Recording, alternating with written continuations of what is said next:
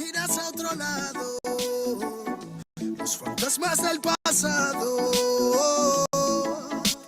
no se detendrán hasta verte derrumbado. Peores lo hemos pasado. Andaba a golpes con la tristeza, me aportó riqueza, me otorgó sabiduría, pues se dibujaba en todas mis piezas. Yo con alegría le daba color después. La aguja sigue girando, tiempo parece se burlar de mí. Dijo que sanaría esperando, pero creo que la espina aún sigue ahí. Con los dedos lo voy palpando, cierro los puños, escapa de aquí.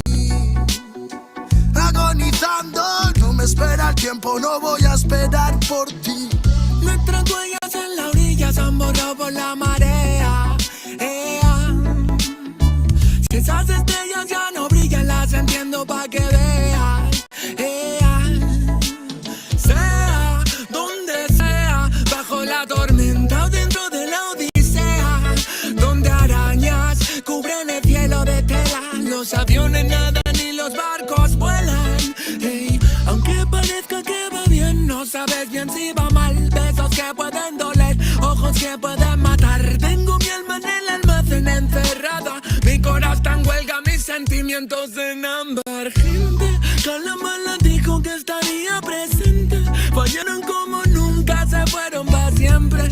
Millones de razones para vengarme, pero a veces duele más actuar indiferente. Como no quieren ver ahogados, tenemos branquias y cerrados los bronquios como la mente de un guardia. Yo soy la montaña y vine con la cordillera. Más cojones que tu ganga tiene una madre soltera.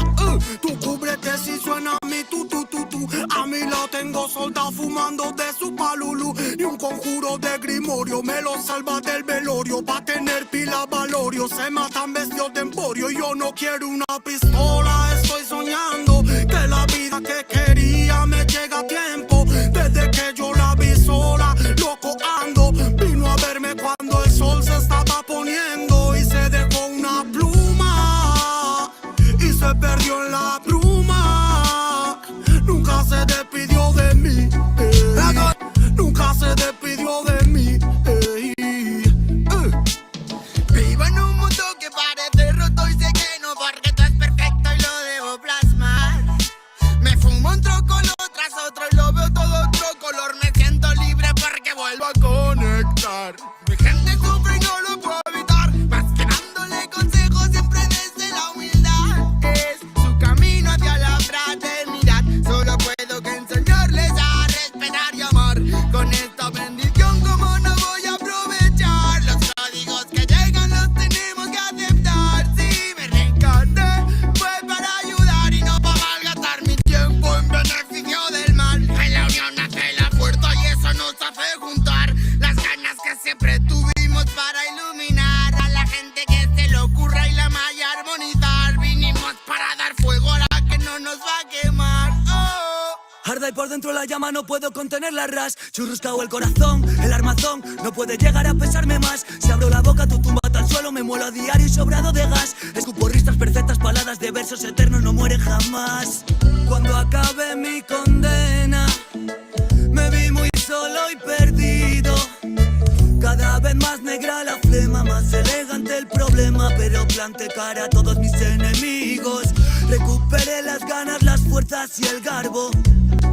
Dedico requiems a mis diablos, que aquí estoy vivo de milagro. Delicadas flores crecieron entre los cardos. Me dicen bien, es más delgado que de costumbre. Será de tanto que he bailado en el alambre, que a tanta pena es mejor no ponerle nombre. Llevamos la música en vena, nuestra sangre.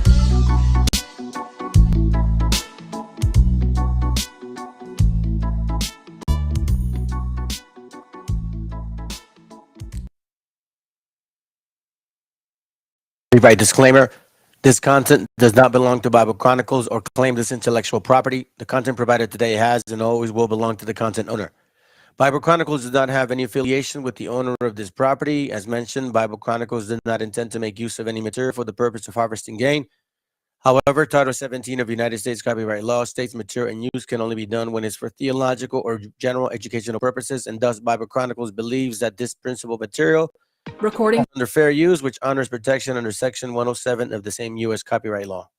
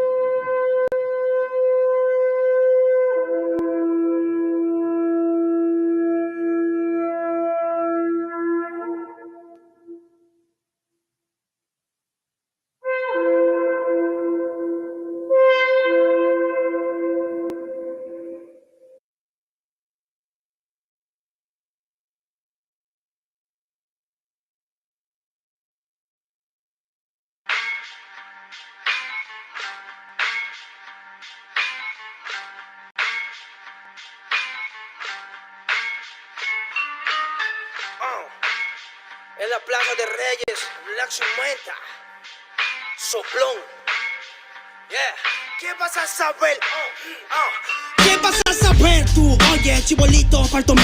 Pulpín de los pulpines, batería de Rapunzel, de rapeos, de raptos, de lagartos, en cuartel. Cualquier la pega de cruel con un viejo coronel. Soy flojo, se me antojó dormirme en el laurel. Elevé mi level con un label y un Faber Castell. Ya un papel, lo empape con sangre de todo aquel que se jura Nobel y no ve mis trenes en la riel. What's so man? ¿Por qué no sacan la tabua? Juro por mis aguas que no te hablo por las powers. Soy chinchado neto, búscame por pico sour y te voy a meter al centro loco como Beckenbauer. Escúchame atento mi bro, que estamos rompiéndole en pro. El negro de Plaza de Reyes como siempre rompe de este micrófono. Que quiere meterle como yo pero no puede meterle tacoplón. Si te pensaba que solo era un gallo, déjeme decirle que se equivocó. Real motherfucker feeling on the street. Es el black shit, black sea mental de Plaza de Kings. Motherfucker soplón.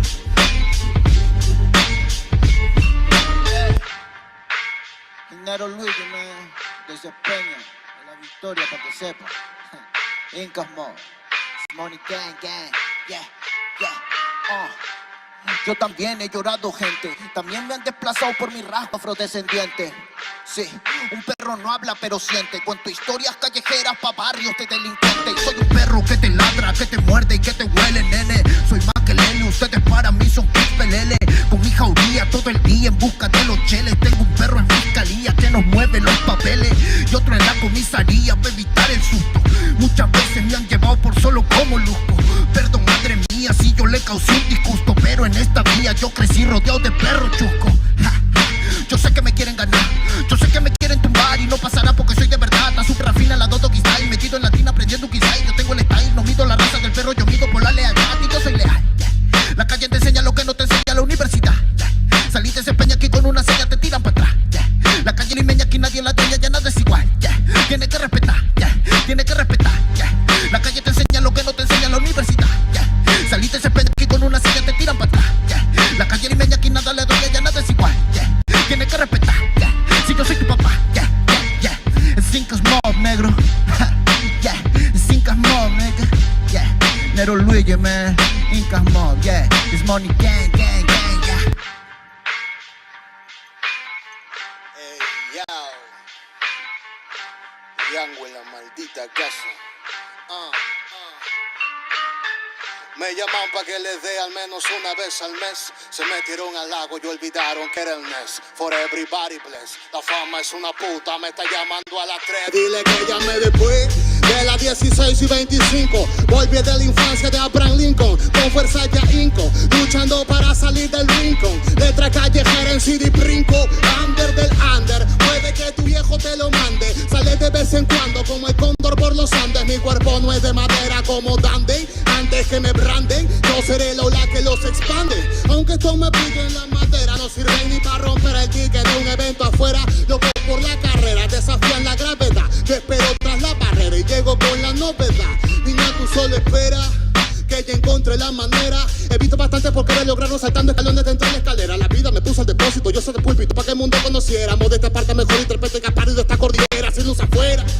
Que el espectáculo es dentro, la calle es mi templo, tiembla el pavimento, cuando yo me concentro, mis disparos son temas, la calle un poema, se siente desde cuando entro, y a toditos estos drogaditos que creen que rapean, los regreso al centro de mi balcón.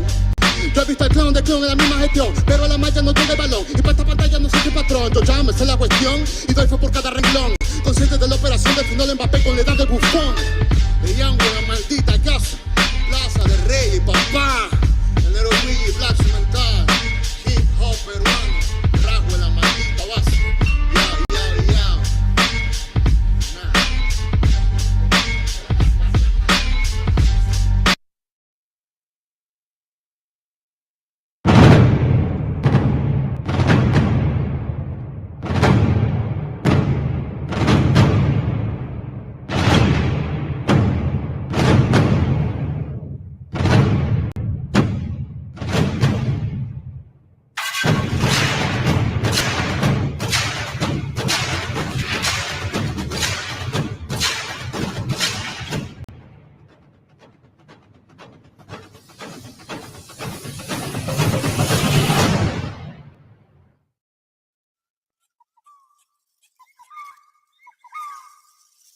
Shalom, family. Shalom, shalom, shalom, man.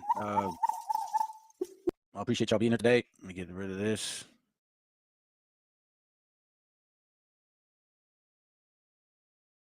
Okay. Oh, hold on. Let me turn that down. That's a little echo there. Oh, hey, fam. Listen, I'm using a temporary. I got like a little setup here at the house. It's a video that I want to do some reruns because more likely tomorrow I may not be able to do this. So I wanted to do the intro with because I don't have access to like all my files. But we're gonna look at we're gonna watch this video, right? But we're gonna actually gonna watch this one first. Ancient Watchmen prophecy. The reason I share this is because I want to remind you guys all where in case some of y'all don't know where this all started. Okay. I know that a couple of these brothers they have a different belief now, I guess. But that's not my concern. The Most High does things for a purpose. I just am. I find it very intriguing. You know, everybody is like a brick, and we all add to the understanding. At that time, these brothers right here, which I'm about to show you, they went as far as letting us know who Canaan was identifying as, right? But a lot of the comments or statements or things that they were showing didn't. They were solid, but not solidifying. You know what I'm saying? Big difference.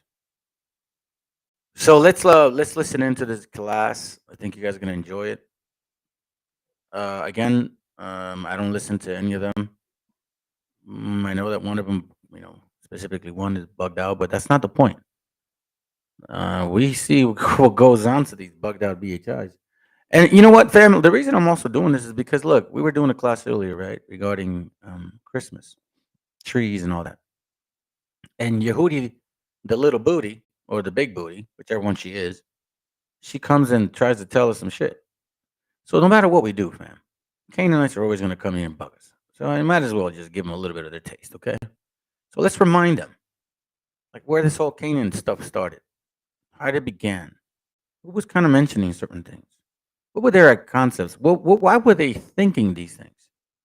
And then I'm going to show you my video, which several of my videos actually connect the remaining dots. Now, I'm not saying I'm any better than these brothers, not at all. We all work together.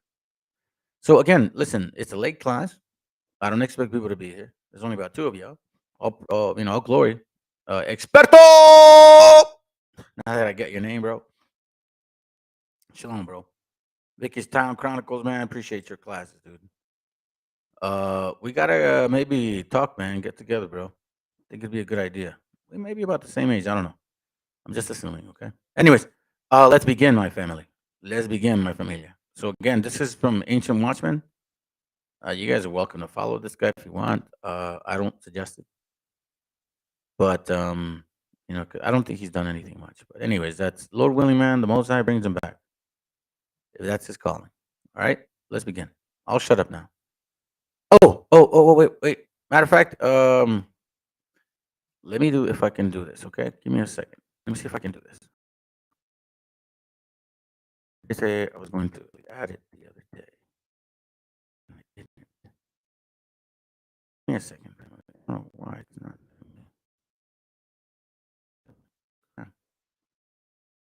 Oh, come on. What? Yes. No, I thought I had it. I don't have it. Wow, that's crazy. This is very crazy. I thought I had. Well, I guess I will show you eventually. What I'm going to do right now, family, is I am going to download Telegram, and then I'm going to show you something that I found on Telegram. I mean, not found on Telegram. I uploaded on Telegram. It's a book that I've been wanting to talk to you guys about, and it's the characteristics of these Canaanites. Okay. Now, give me a second here. Also, you brothers that actually were doing some prayers for my family, I really appreciate you. It has helped a lot, from what I've noticed. So I thank you again. Thank you very much, brothers. Please, I here at the household appreciate your prayers. Thank you. You helped out my son tremendously because he was having a very hard time. Anyways, let's begin. All right, I'm gonna play the video. Let's go. But thou sayest, there is no hope.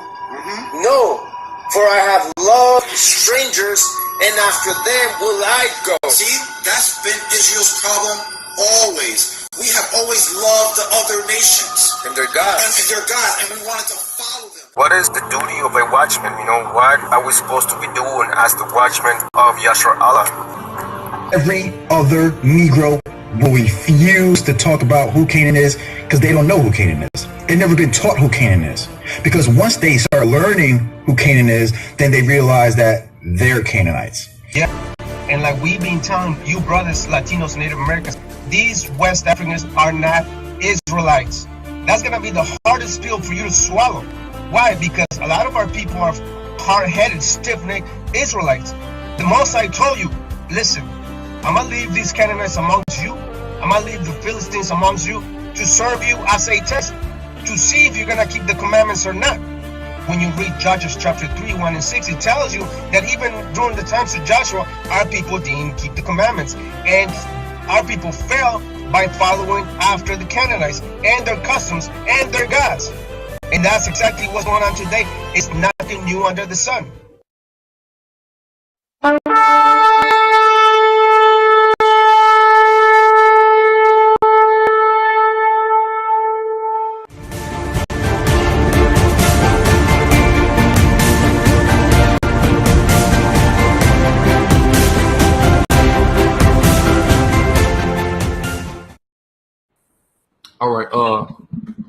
All right, we back. We have a live debate or discussion that I'm gonna have with the brother. First and foremost, I give all praises, honor, and glory unto the Most High God, Yahweh, and I do so in the name of His only begotten Son, Meshiacha, Yahweh Shai. Of course, many of y'all who are tuning in know me. I'm Chief Priest Alex Auburn Lawyer, aka the Guerrilla Hebrew. I'm joined by my brother Quinala Wa. For those of y'all that aren't familiar with the brother, I'm gonna give himself a chance to introduce himself and give, I guess, like a brief background on himself. He's been teaching on YouTube for years. I've known and been, acquainted with the brother, and built with the brother as well, and things of that nature. So I'm gonna let the brother introduce himself, and then we can kind of proceed into tonight's discussion. So without any further ado, go ahead, Ak. Shalom, Yashar. It's your boy Quinala. I'm sure a lot of people know who I am. Like Brother Alazar said, I've been on YouTube for a while, about 4 years now. I've been on Facebook a little longer than that. teach. Now, I want to say this. I saw this video a few years back. It was just reminded of. It was brought to my attention again. I thought I'd share it because again, where topic is at hand. And the funny part is about this Sakari dude. After he finished this recording with him, I don't know if it was live or not. He uploaded another video right after that, and he was talking shit. Like he was just talking mad crap. Throughout this whole so-called conversation, he never was aggressive with this guy. But as soon as he hung up with him, he had a different attitude. So, again, what's this whole gangster shit? I beg to differ. But anyways, that's besides the point. Let's continue, okay? Just so you guys can know. So I think what I'm going to do, by the way, is I'm going to let it play like 30 minutes, maybe. And then I'm going to bring in my video 30 minutes. And then it's going to go back and forth. See how it goes. It might actually help us understand what he was saying at this time. And how we connected the dots. And it wasn't of any fleshly. It was of the spirit of the Most High. All right? So let's begin. Teaching the word, trying to wake the nation, everything for the glory of Yahweh, trying to extol his name above all.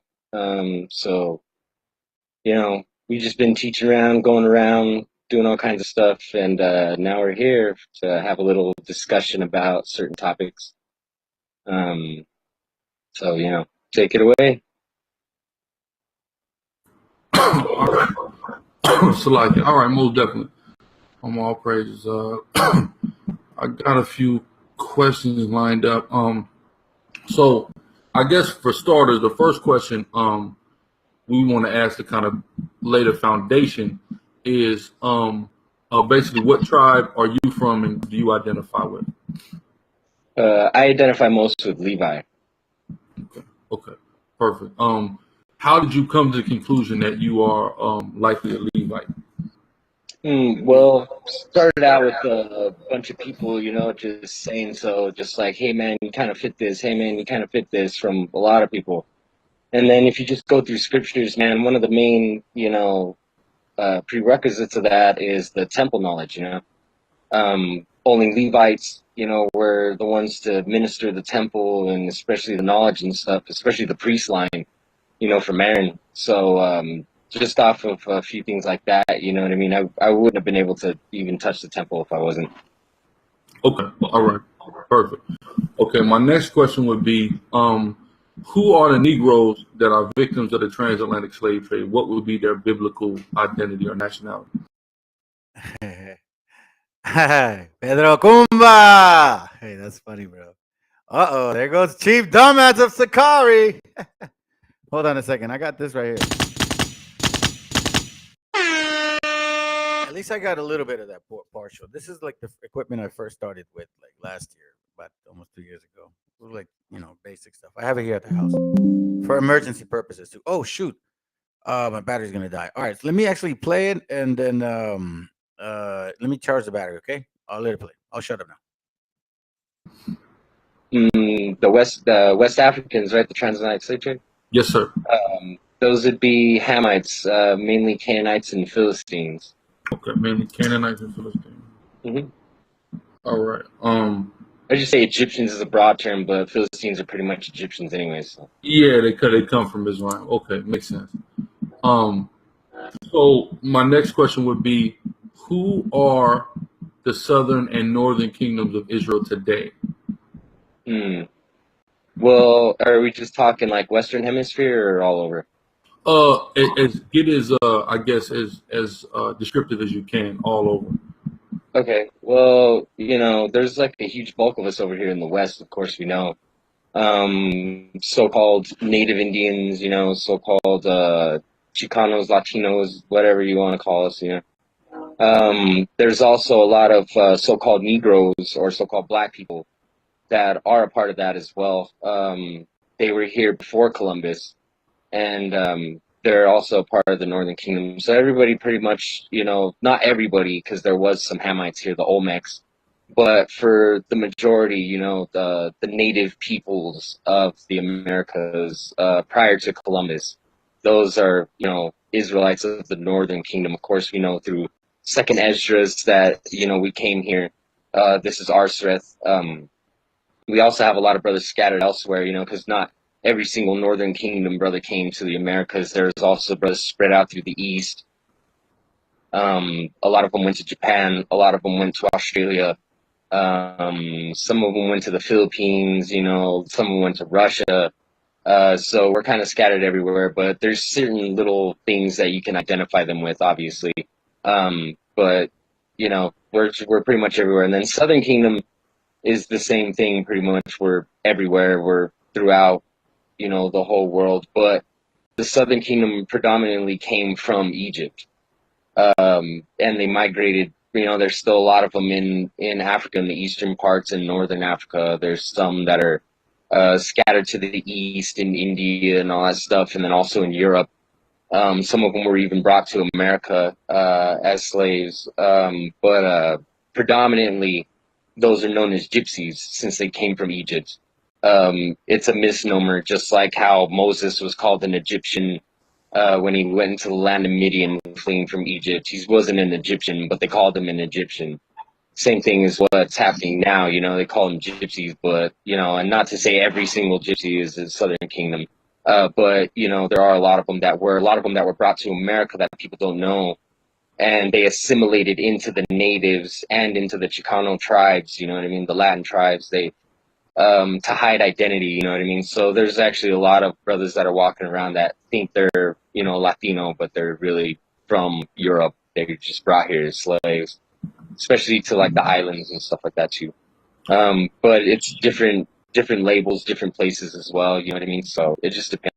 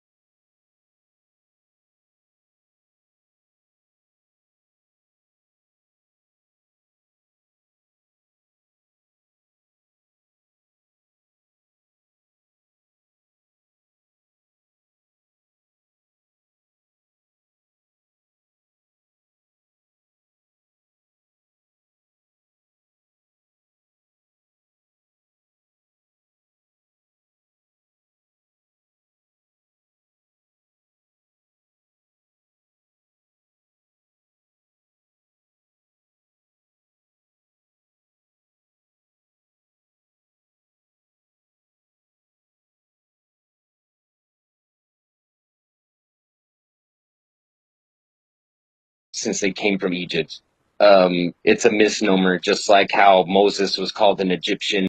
So we're kind of scattered everywhere, but there's certain little things that you can identify them with, obviously. But you know, we're pretty much everywhere. And then Southern Kingdom is the same thing, pretty much. We're everywhere. We're throughout, you know, the whole world. But the Southern Kingdom predominantly came from Egypt, and they migrated. You know, there's still a lot of them in Africa, in the eastern parts, in northern Africa. There's some that are scattered to the east in India and all that stuff, and then also in Europe. Some of them were even brought to America as slaves, but predominantly those are known as gypsies since they came from Egypt. It's a misnomer, just like how Moses was called an Egyptian when he went into the land of Midian fleeing from Egypt. He wasn't an Egyptian, but they called him an Egyptian. Same thing as what's happening now, you know, they call them gypsies, but, you know, and not to say every single gypsy is the Southern Kingdom, but, you know, there are a lot of them that were brought to America that people don't know, and they assimilated into the natives and into the Chicano tribes, you know what I mean, the Latin tribes, they, to hide identity, you know what I mean, so there's actually a lot of brothers that are walking around that think they're, you know, Latino, but they're really from Europe. They were just brought here as slaves, especially to like the islands and stuff like that too. But it's different labels, different places as well. You know what I mean? So it just depends on where you're at. Okay. So is there documentation of gypsies being brought to America in slavery? Yes, there it is. Can you like reference any sources off top so I can look into it? Because I've never heard that before. Yeah, definitely. Well, there were slaves in Europe for even longer, for 400 years in some parts. And then a lot of them were kicked out. You know, they just kind of shipped them over here as slaves, and some of them were even known all over the place. But let me get that for you real fast. Slovakia, I didn't grab that information. Ready, handy, you know what I mean? I just kind of prepared for the other ones. But just give me 1 second, and we will see if you can find that for you. And then I also have the documentation to show that the Northern Kingdom was shipped all over, like, to Africa and stuff, too. Okay, good stuff. Okay. Let's see. Okay, we got one right here. Give me 1 second for it to load. Okay.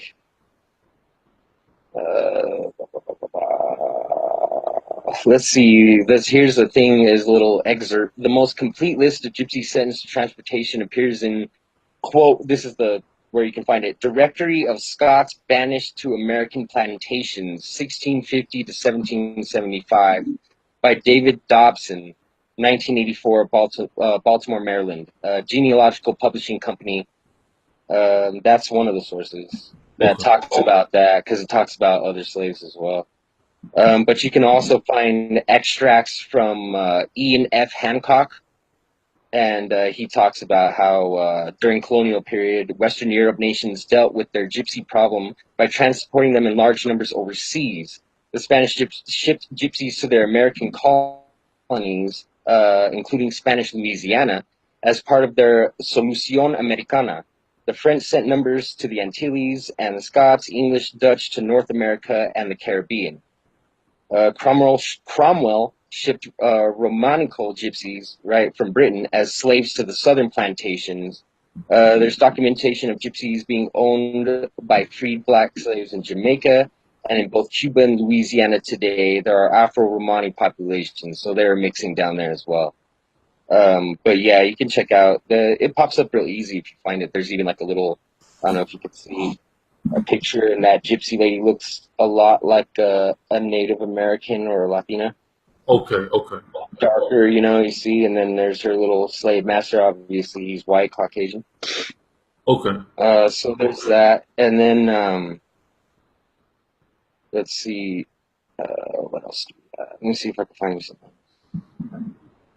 It also talks about them coming from Egypt, because there's like a theory out there, just a lot of propaganda, just like there always is, about a lot of the gypsies coming from India, but they didn't really come from India. They went to India, and they actually came from Egypt. And another source to to verify that is Manly P. Hall in Secret Teachings of All Ages. Okay. Okay. Yeah, that's interesting. That's interesting.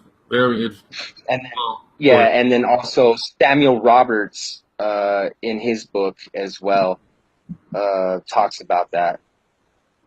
It's called The Gypsies by Samuel Roberts, and it was quoted by the Masons. Okay. So, you know, even they know and they have it in their documentation just as well. You could also look in Secret Teachings of All Ages, and there's a chapter dedicated to like the natives, and it mentions that we were Israelites in that as well. So that's a pretty interesting little thing. Just, you know, throw that out there. Okay, most definitely.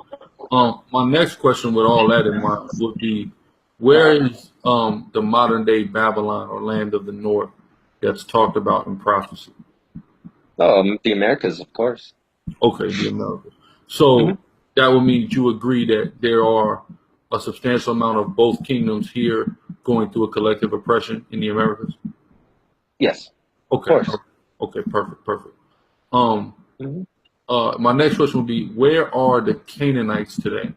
Or who are they? Where are they predominantly? The Canaanites are actually kind of spread all over. You can find them in all parts of the world. The Arabs took them all the way over to the east, spread them all over. Like the cities, an example of that is the Siddi people, Siddi, from India. And they still dress like the Canaanites used to dress. And they even still practice some of their old culture. Because the city, right, in the Hebrew, there was the people of Sidon, right? We've heard of Sidon. Yes, sir. And in Hebrew, it's Sadai, right?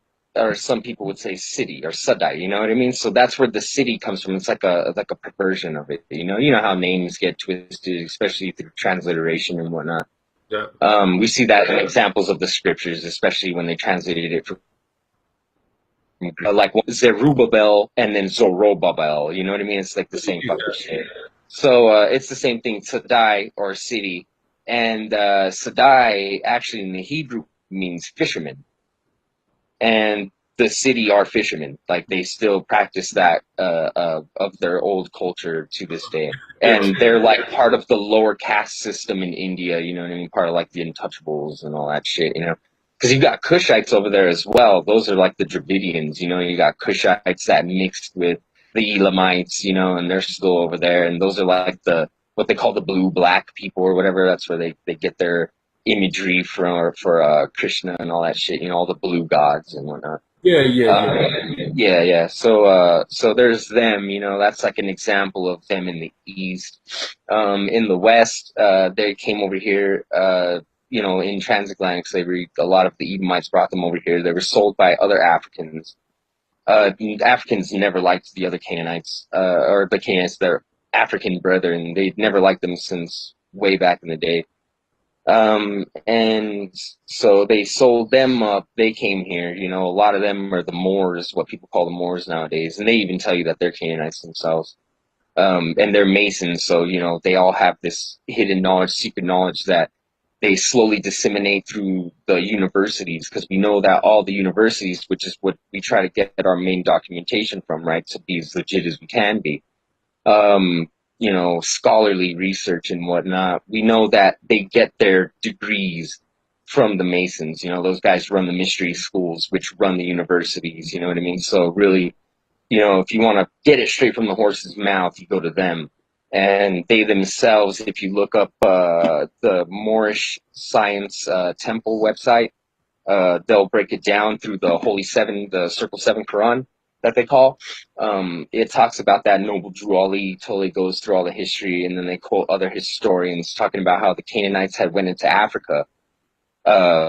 Since the time of Joshua, a lot of them fled. Even Yahweh talks about it in the Torah, you know, it says that he would drive a lot of the Canaanites out from before us. And then we went and warred with a lot of them, of course. We killed a lot of them. A lot of them stayed, you know what I mean? So, but predominantly, and then, in fact, there still is Canaanites in Africa. I mean, not Africa, sorry. That's horrible to call the Middle East Africa. But they're still in the Orient today. They're still in the land of Judea. And in fact, you can see them on some YouTube videos. If you want to check it out, they say that they say that they're Canaanites, and then they also say that they're reaching out to their brethren that are in the Americas to come home.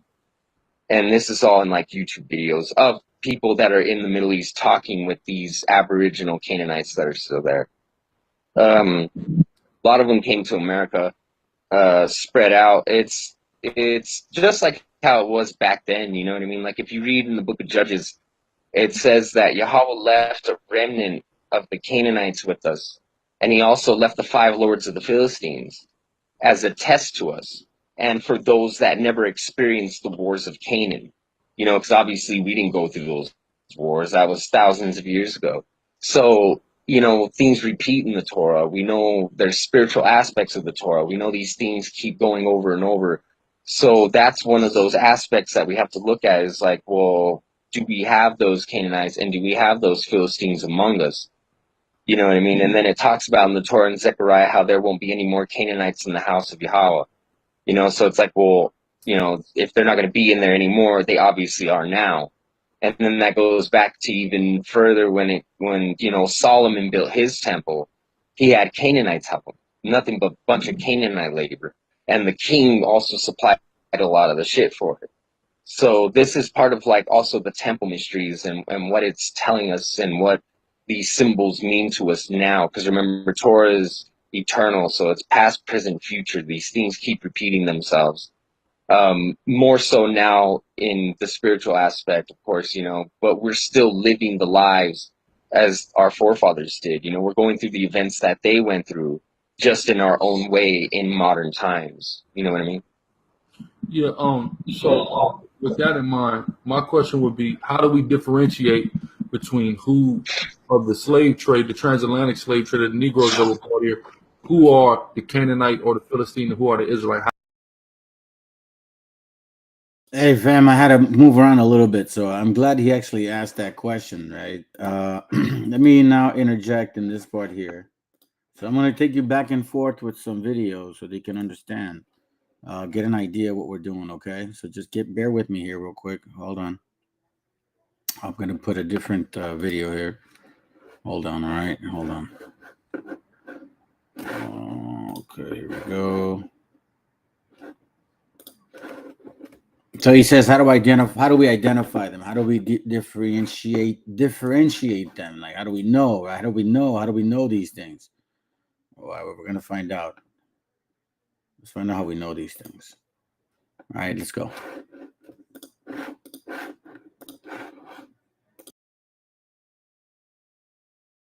You can see that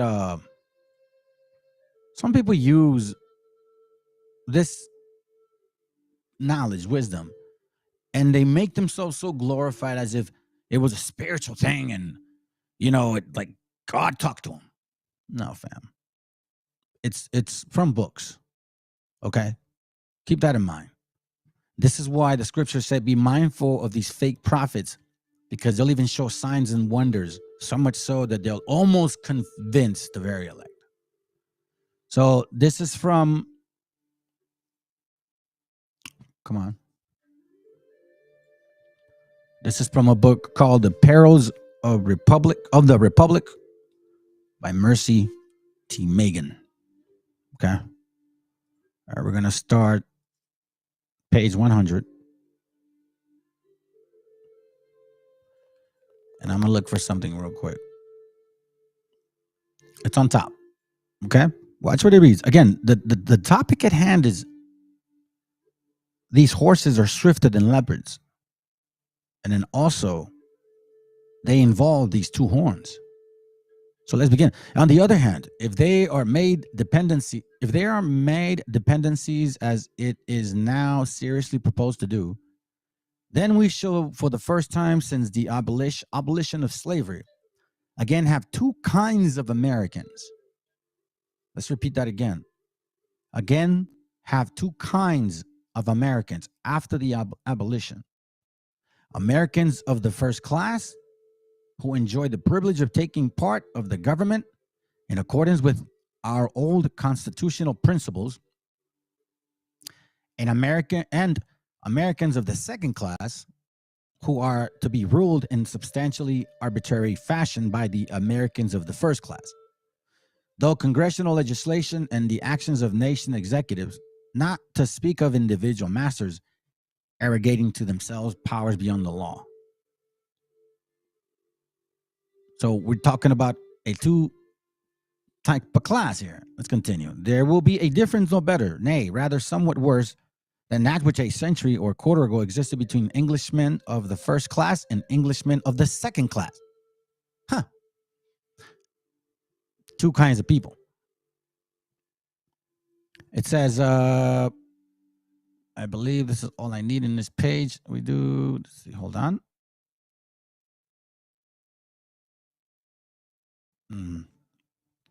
Okay, let's hit on this one. Page 58, 158.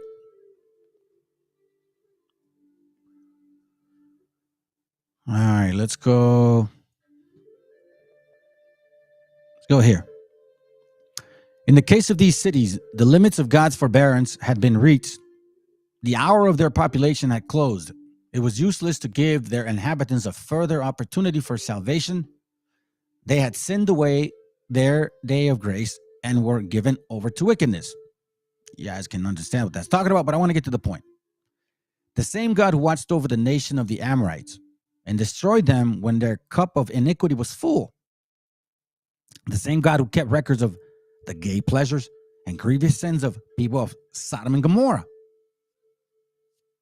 who consumed them in fearful flames when they had passed the unseen line. That same one also watched over the Republic of Rome and is keeping watch over the Republic of the United States. In the wonderful prophecy traced with the pencil of the Holy Ghost, the history of these last two is written. And it is written long before either came into existence. Now, keep in mind that for a very long time, we've been told that it was only a particular nation of people who was pushing Christianity. We were wrong. Let's continue. There are many who believe that the churches... Nah, I need to read that. Let's see. No. Let's see. Prophets are sent to the kings as well as a mountain. Okay, cool. Let's go to page 159. Let's go at the bottom. It says, in the Bible, by the pen of prophet Daniel, or the Revelator John, end of the Revelator John, we have in advance of its enactment the history of Rome and United States, the two great republics of the West. Daniel spake and said, okay? I saw in my vision by night, and behold, the four winds of heaven stroke upon the great sea. And four great beasts came up from the sea, diverse ones, one from another. The first was like a lion and had eagle's wing. So it's talking about the last kingdoms, okay? Assyrian, Persian, Greek. And a man's heart was given to it. I'm sorry, no, I skipped it. Behold, the first was like a lion and had eagle's wings, and I beheld the wings whereof were plucked, and it was lifted up from the earth, and made stand upon the feet of it as a man, and a man's heart was given to it.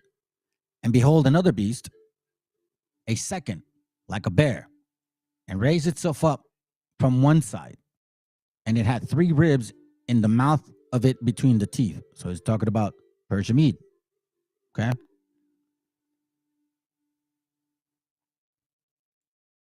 I skipped it, but let me get to my point. I didn't really have to read all that. Let me show you this real quick.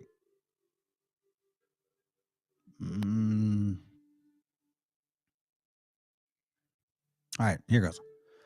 And today, no man can intelligently read that history of the Republic of Rome before any audience in the United States without that audience seeing the Republic of the United States perfectly outlined up to date. Now a point particularly to be considered is that this history of the Republic of Rome was sketched in the book of Daniel 340 years before it occurred. And then that sketch was closed up and sealed. Not for 340 years, not till 198 BC and onward, but for 2400 years till the time of the end. Okay? Why was the sketch of Rome Republic written and then closed up and sealed until a time 2,000 years after the Republic had failed as a republic and became imperial? It was because at this time, at the time of the end, there would be another republic that would go over the same course as it did that republic, would apostatize from republicanism to imperialism. Remember that. Moreover, it was a state composed of this apostasy of a republic into imperialism. It was such a state with which the apostate church of early days, the man of sin of the Bible, united, and this union made the papacy the first beast of the Bible, as mentioned in Revelation 13. All right, so they're talking about the church. But let's continue. In the same 13th chapter of Revelation, it is written, and I beheld another beast coming up out of the earth, which we just read. Out of the earth? I'm sorry. Oh, great. No. What did I do? Oh, great. No, I got the wrong one.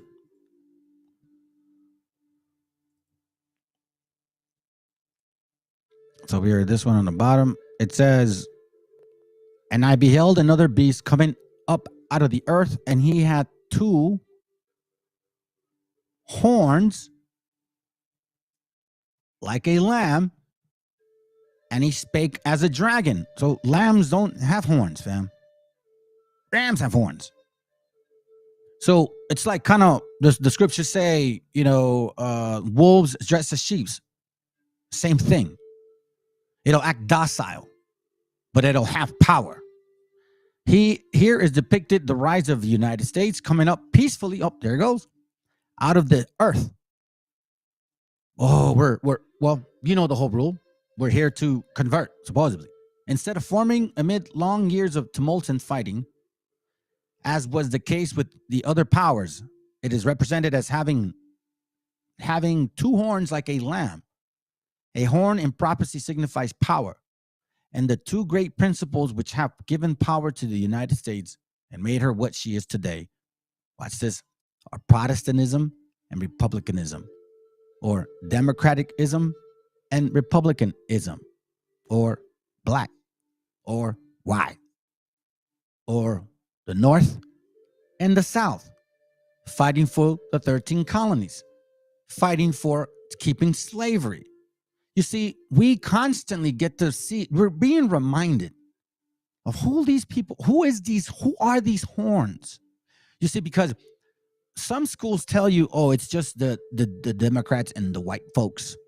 But we see right now that these same people, these 2 horns are voting. They've been voting since they got here, since they passed these laws to vote. We've never been part of it. You look up the statistics right now. You find out who is the most that votes. It's not us. 2 nations of people. Remember, I told you we had black conquistadors, white conquistadors, Europe and Africa. 2 horns. Don't let these idiots lie to you. Had 2 horns like a lamb. What story did they give us? Oh, poor me. Oh, they put me through these tough times in slavery. They acted so innocent. Did we know that these things were happening? Did we know that they owned slaves? No, we didn't know. But check this. Remember, who would these people be? And where would they come from? Let's remind them and let's identify them once more. Deuteronomy 28:4. So let's continue to go a few minutes on this identification, and then we'll switch back to Brother Konal. All right. 49. Let's pay close attention to this, because we're going to be back in this verse again. The Lord shall bring a nation against you from far, from the end of the earth, as swift as the eagle flieth, a nation whose tongue thou shalt not understand. We are very clear now that it's not talking about the relationship between Europe and Africa. You guys are a skip and a hop away from each other. Stop lying. Okay? Then it says, a nation whose tongue thou shalt not understand. Well, let me remind you that there were several people in Africa when they conquered, because we're going to see it. You guys spoke all European languages. So that's not a tongue that you don't understand. So then this must mean something to us. We have to now analyze it like, okay, well, that makes a lot of sense. So let's see. What do you mean? Swift as the eagle flieth, a nation whose tongue thou shalt not understand. Okay? Watch this real quick. Isaiah 5:26. It reminds us, it's telling us everywhere, I'm all over the Bible. It tells us who they are and who they're going to be. Isaiah 5:26 says, and he lifted up an ensign to the nations from afar, and will hiss unto them from the end of the earth, like, psst, psst. And behold, they shall come with speed swiftly. None shall be weary, none shall be weary nor stumble among them. None shall slumber nor sleep, neither shall the girdles of their loins be loosened, nor the latchet of their shoes be broken. You see, they're going to be ready, whose arrows are sharp, and their bows bent. Their horses' hoof shall be counted like flint, and their wheels like wheelbarrows. There's an actual book, and I just thought about it. I don't know why I didn't think about it before. I'm not going to segue, but it says it doesn't say it exactly like that. It mentions the hoofs and the flint and the horses. Let's continue. The same nation, these nations, their roaring shall be like a lion, and shall roar like young lions. Yea, they shall roar and lay hold of the prey, and shall carry it away safe, and none shall deliver it. And in that day they shall roar against them like the roaring of the sea. If one look unto the land, there behold darkness and sorrow, and the light is darkened in the heavens thereof. So now we see lots of trouble potentially happening from afar. A nation from afar. Well, who is this nation? Jeremiah 5:15. Watch this. It says, lo, I will bring. Wait, do I want to read 14? Yeah, let's read 14. It says, wherefore thus say the Lord God of hosts, because ye speak these words, behold, I will make my words into thy mouth fire, and these people wood, and I shall devour them. Watch this. Lo, I bring a nation upon you from afar, O house of Israel, saith the Lord. It is a mighty nation. It is an ancient nation. A nation whose language thou knowest not, neither understandeth what they say. You see, this cannot be them too, because they know each other. Stop lying to you. Stop lying to yourself, Canaan. This isn't you, but I'm going to show you who you guys are. Their quivers is as open as the sepulchre. They are all mighty men. Watch this. And they shall eat up thine harvest and thy bread, which thy sons and thy daughters shall eat. They shall eat it up of thy flocks and thy herds. They shall eat up thy vines and thy fig trees. They shall impoverish thy fenced cities, wherein thou trusted with the sword. If you guys remember the book, the Maya Conquistadors, they literally say this. 21 padres, all black, taking their food, taking their living, their homes, and no pay nothing. I don't want to look through it. I'm reading it more like it's coming to me now. Well, praises to the Most High. But I've showed you guys that book before. It's called Maya Conquistadors. Exactly this right here is happening. And it says that they shall eat up thine harvest, meaning this land where they'll come to would be a land you would be working on, and they would take it from you. This nation from afar, an ancient nation, the language you Jews do not know and understand it what they say. We don't get anything they do, fam. Do you guys really? I mean, I'm telling you, man, I still don't understand this nation of people. Neither one of them. I mean, you got the alphabet team, you got Sodom and Gomorrah again. You got the raping, the pillaging. I mean, to have that spirit, you're pretty wicked, man. Y'all are pretty wicked as nations, straight up. Pretty wicked. So let's identify one of them. Jeremiah 49. Let's go. I won't take too long. I'm going to get through it quick. Jeremiah 49 and 22, because I have some videos to show you. It says here real quick. Behold, he shall come up and fly as the eagle. Again.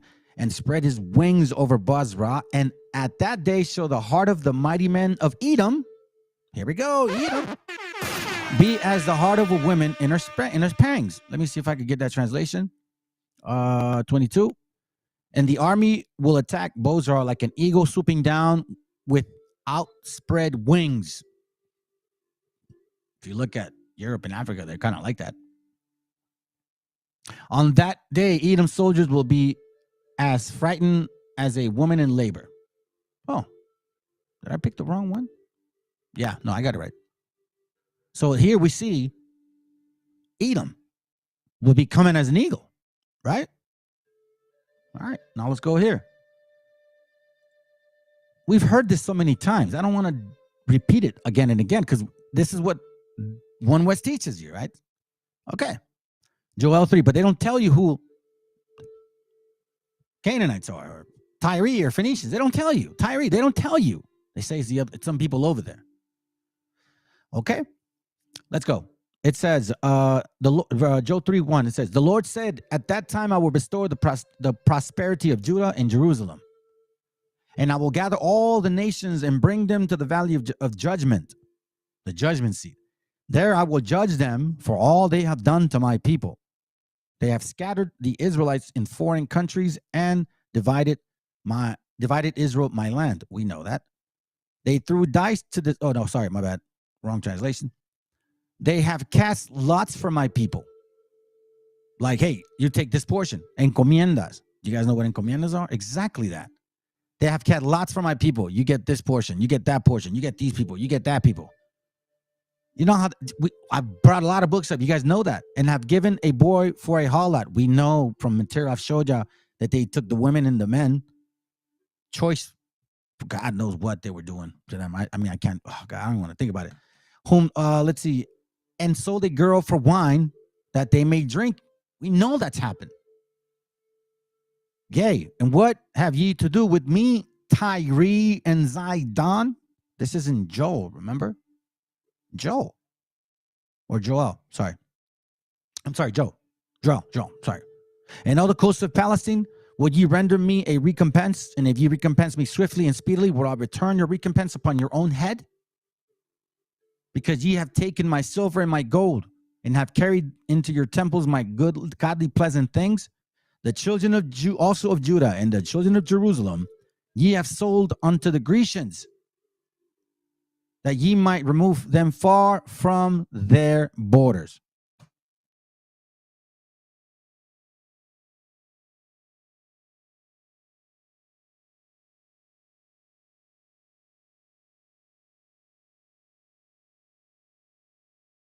How do we, distinguish who's who? Now let's go back. Right. It would be the same answer that everybody gives for, to the prior narrative, the narrative that's played now before I threw a monkey wrench into everything. The Latino tribes, right? You have to test the spirit whether these brothers are mixed with fucking Europeans and they're actually Edomites, or are they actually native Israelites? You know what I mean? And we got a lot of that shit going on. So that's the thing, is that everybody kind of like took it wrong. You know what I mean? It wasn't running around saying all Negroes are fucking Hamites. That's dumb. You know, not running around saying, "Oh, fuck everybody." There's no way you can tell all this shit. You know what I mean? There's ways to tell. There's you know, things that we can go by to help us do that. And one of them is to just go through the research, you know, and the history. And we know that those people from West Africa that were brought here were predominantly Hamite, and it's in the records. Like, so many fucking people talk about it. And then we have to look at Torah and the prophecies, right? And we see that Canaanites were cursed to be these slaves of slaves, these lowest of slaves. That's like saying King of Kings or Lord of Lords. You know what I mean? Or you're the fucking But in the opposite way. yeah, but we, you know, yeah, but exactly in the opposite way. So King of Kings is like there's a bunch of kings, but that's the king of the kings. So slave of slaves is like saying, well, there's slaves, but then these guys are the slaves. You know what I mean? Like these dudes are the top of the slaves. And you know, through seeing this, like that. See, the problem is that we got to see that there's a conspiracy. You know, and we know that through Psalms 83. There's a conspiracy against our people to push us into to push us into folly. Been having bad allergy problems. Push us into folly and to keep us underneath the control of the heathen, right? Well, if we read in Psalms 83, it gives us the list of those nations. Well, amongst those nations are the Philistines and the Canaanites. You know what I mean? And so we have to really take a step back and look at this and be like, okay, well, it mentions this in the Torah. So how is this happening now? And an example of that is given is in the Falasha Jews in Ethiopia. A lot of people think that those are Israelites, and that's not to say that there aren't Israelites in Ethiopia that look black and blah, blah, blah, and all this stuff, okay? But the Falashas themselves are not Israelites. Yeah, well, and if it's in the name. comment to that real quick. Right. I know brothers who they've been starting to go to Israel pretty regularly, like a couple times a year. You know, elders from House of David, you know, who came out of the West, and they say that the level of racism that they experience from the Ethiopians in Israel, the Falashas, is worse than the racism that they felt from white people in America. Yes, and the reason for that is because what does falasha mean, right? Let's take that word falasha. Falasha is the root word for Philistine. You know what I mean? It's the same word, and it means immigrant, and that's what they are. Notice that the Ethiopians were given fucking status in Israel. People just went and picked them up and took them the fuck home. What the hell is that? You know what I mean? And then all they do is practice Judaism. We got to watch, the type of groups, because I've been researching, and there's certain groups that, all over the world, you have, for example, I know brothers been talking about the Inca Jews, brothers in Peru. Then you have certain groups in Africa. You have a group here, a group there. But for some the reason, pagans in India and shit, right? But for some reason, Jewry, what they call, or the state of Israel, is accepting some of these people and saying, yeah, these are. But then other ones are not accepted. So I would think, just logically analyzing how they operate, the ones who they're accepting are the ones who aren't Israelites. And the ones who are not being accepted, who started following Torah and then later learned about Judaism and then converted to it thinking that this would get them accepted. I believe that those would probably be the ones who we can deduce would be Israel versus the other ones who they're just, taking open arms. You know what I mean? Right, exactly. And then you just, like I said, you go through the history, and these people were always our enemies, the Philistines, and they've always been known as immigrants. They went from Egypt to Crete, and then they went from Crete to our land and took some of our shit over. And they're still doing the same shit now. See, that's the thing, is there's nothing new under the sun, they say, right? Well, that's one of those things, is that these nations keep doing the same things that they did in ancient times. That's another indicator too. The type of culture and the type of spirit and the type of attitude that these people have, in us included, right? We will portray the same attributes that our forefathers have. You know what I mean? Obviously, we come from their loins, bro. We're gonna have the same DNA. We're gonna have the same fucking physical feature. We're just gonna be the same people. So, we have to take a look at that. And that's one of those things that I wanted to bring up, is like the Falasha Jews, man. Like, those dudes are fucking Philistines, man. That's even in the name, the Philistine Jews. Hey, whoever you are, this is a recording. I don't know. I don't know you. I don't know what the hell you talk about. You come in here telling me that I mixed with the Spaniard, motherfucker. You don't know shit about me. Absolutely nothing. You said we mixed with Astronesians, Polynesians, and man, get the hell out of here with this stupidity, bro. And you're like, Rasa isn't the seed of Israel. With a what? Who are you? Well, let me guess what we are. A bunch of damn Indians, of what you just said right now? Stupid ass motherfucking islanders, right? That's what you want us to be. It's like, for real, thank you. Oh, man, thank you for that shit. It's a colonizer term. What the hell are you talking about? That automatically, you can just tell the brain cells that you're dealing with. So, Ahi, Josh, whatever the hell you are, sit back, watch the recorded video, watch this channel, learn about who I am before you go and open your mouth. Because what I can basically show you is whatever you're saying is completely 100% incorrect. And if you like, I can even bring you on board and we can debate this. Today it's 11:23 p.m. my time. We could do this on a very normal level. You have no emotion. Okay. So now you're saying I have no emotional intelligence because of the way I speak. That really shows a lot about who you are. You're here for the first time and you're telling me you know. It shows a lot about how you think. But again, you are welcome to come tomorrow. I will have a link up. And if you want to debate, we can debate. Let's see how emotionally intelligent you are. And I can show you, I will prove to you that you will bug out.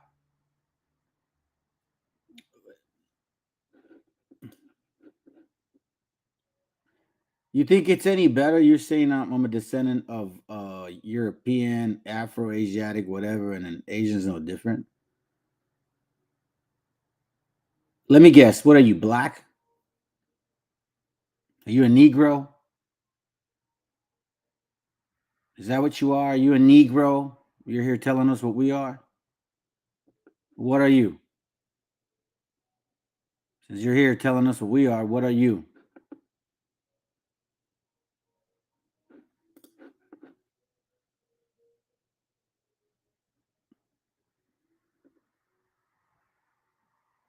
He's one of those two, that's for sure. Let's see what he says. Let's see how brave he is. Let's see how emotionally intelligent he is. If you can answer that question. I would be black and tell you descended from. Why would I be black? What are you then? Tell me what you are, since you care about race.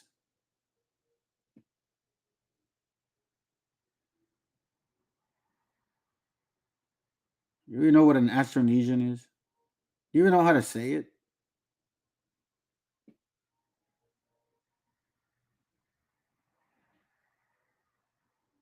Come on, Nostradamus, hurry up. We'll give you the time of day for a second. It seems like you need some attention. Late night attention. Hopefully you're not drinking, bro. He's an Aboriginal. Oh, so he's a Negro, wannabe Indian. Hell, he's one of those guys, right? Using a bunch of pictures, claiming to be our gente. Using the same books that actually say, Oceania, you came from. Oh, you one of these idiots. Oh my God. You're worse than every single other African that we deal with. You're worse than all of them. Just because you may have a little bit of straight hair don't mean that you're actually from here, man. It just means that you know white people raped your ass, your mama's ass. That's what that happens. That's what that means. Black people are not natives of this land. You can use all these Oceania, Afrocentric, Pan-Africanism. There's a religion called Eastern Star, which is where you guys kind of get all that concept from. How am I worse than? Well, what do you mean you're worse than an African? You are an African. How can you be worse than an African?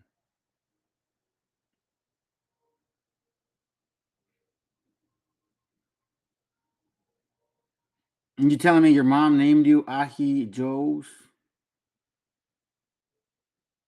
Well, neither do you, which is funny. And you call me a dude. So what? How old are you? About 35? Or you're a white guy? You haven't told us what nationality you are. Because that's the first thing you came in. That's the first thought that you came in with. So what are you? What do you label yourself? Because you go around labeling people. You see, you're plus you're avoiding the question. So I'm assuming by avoiding it, because again, if you're not emotional, you'll just answer questions. But you see, you're emotional because you're avoiding them. So you haven't answered our question. Oh, and now you don't even know how to spell your own name. Okay. You still haven't answered your question. So what are you? A black Frenchman? Still haven't answered our question. I'm not avoiding anything, but you still haven't answered the question. You come in here telling us what we are, but you don't tell us what you are. What are you, Brainiac?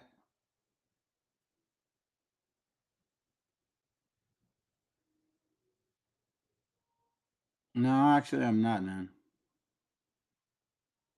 A black conquistador, that's for sure.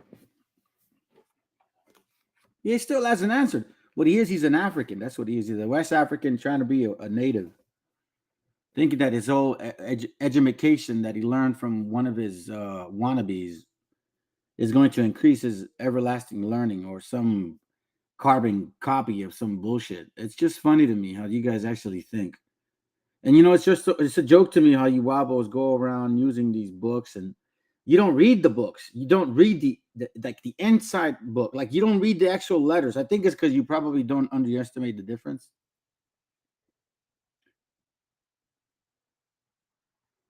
Okay, so if you're Hawaiian, what are you doing here?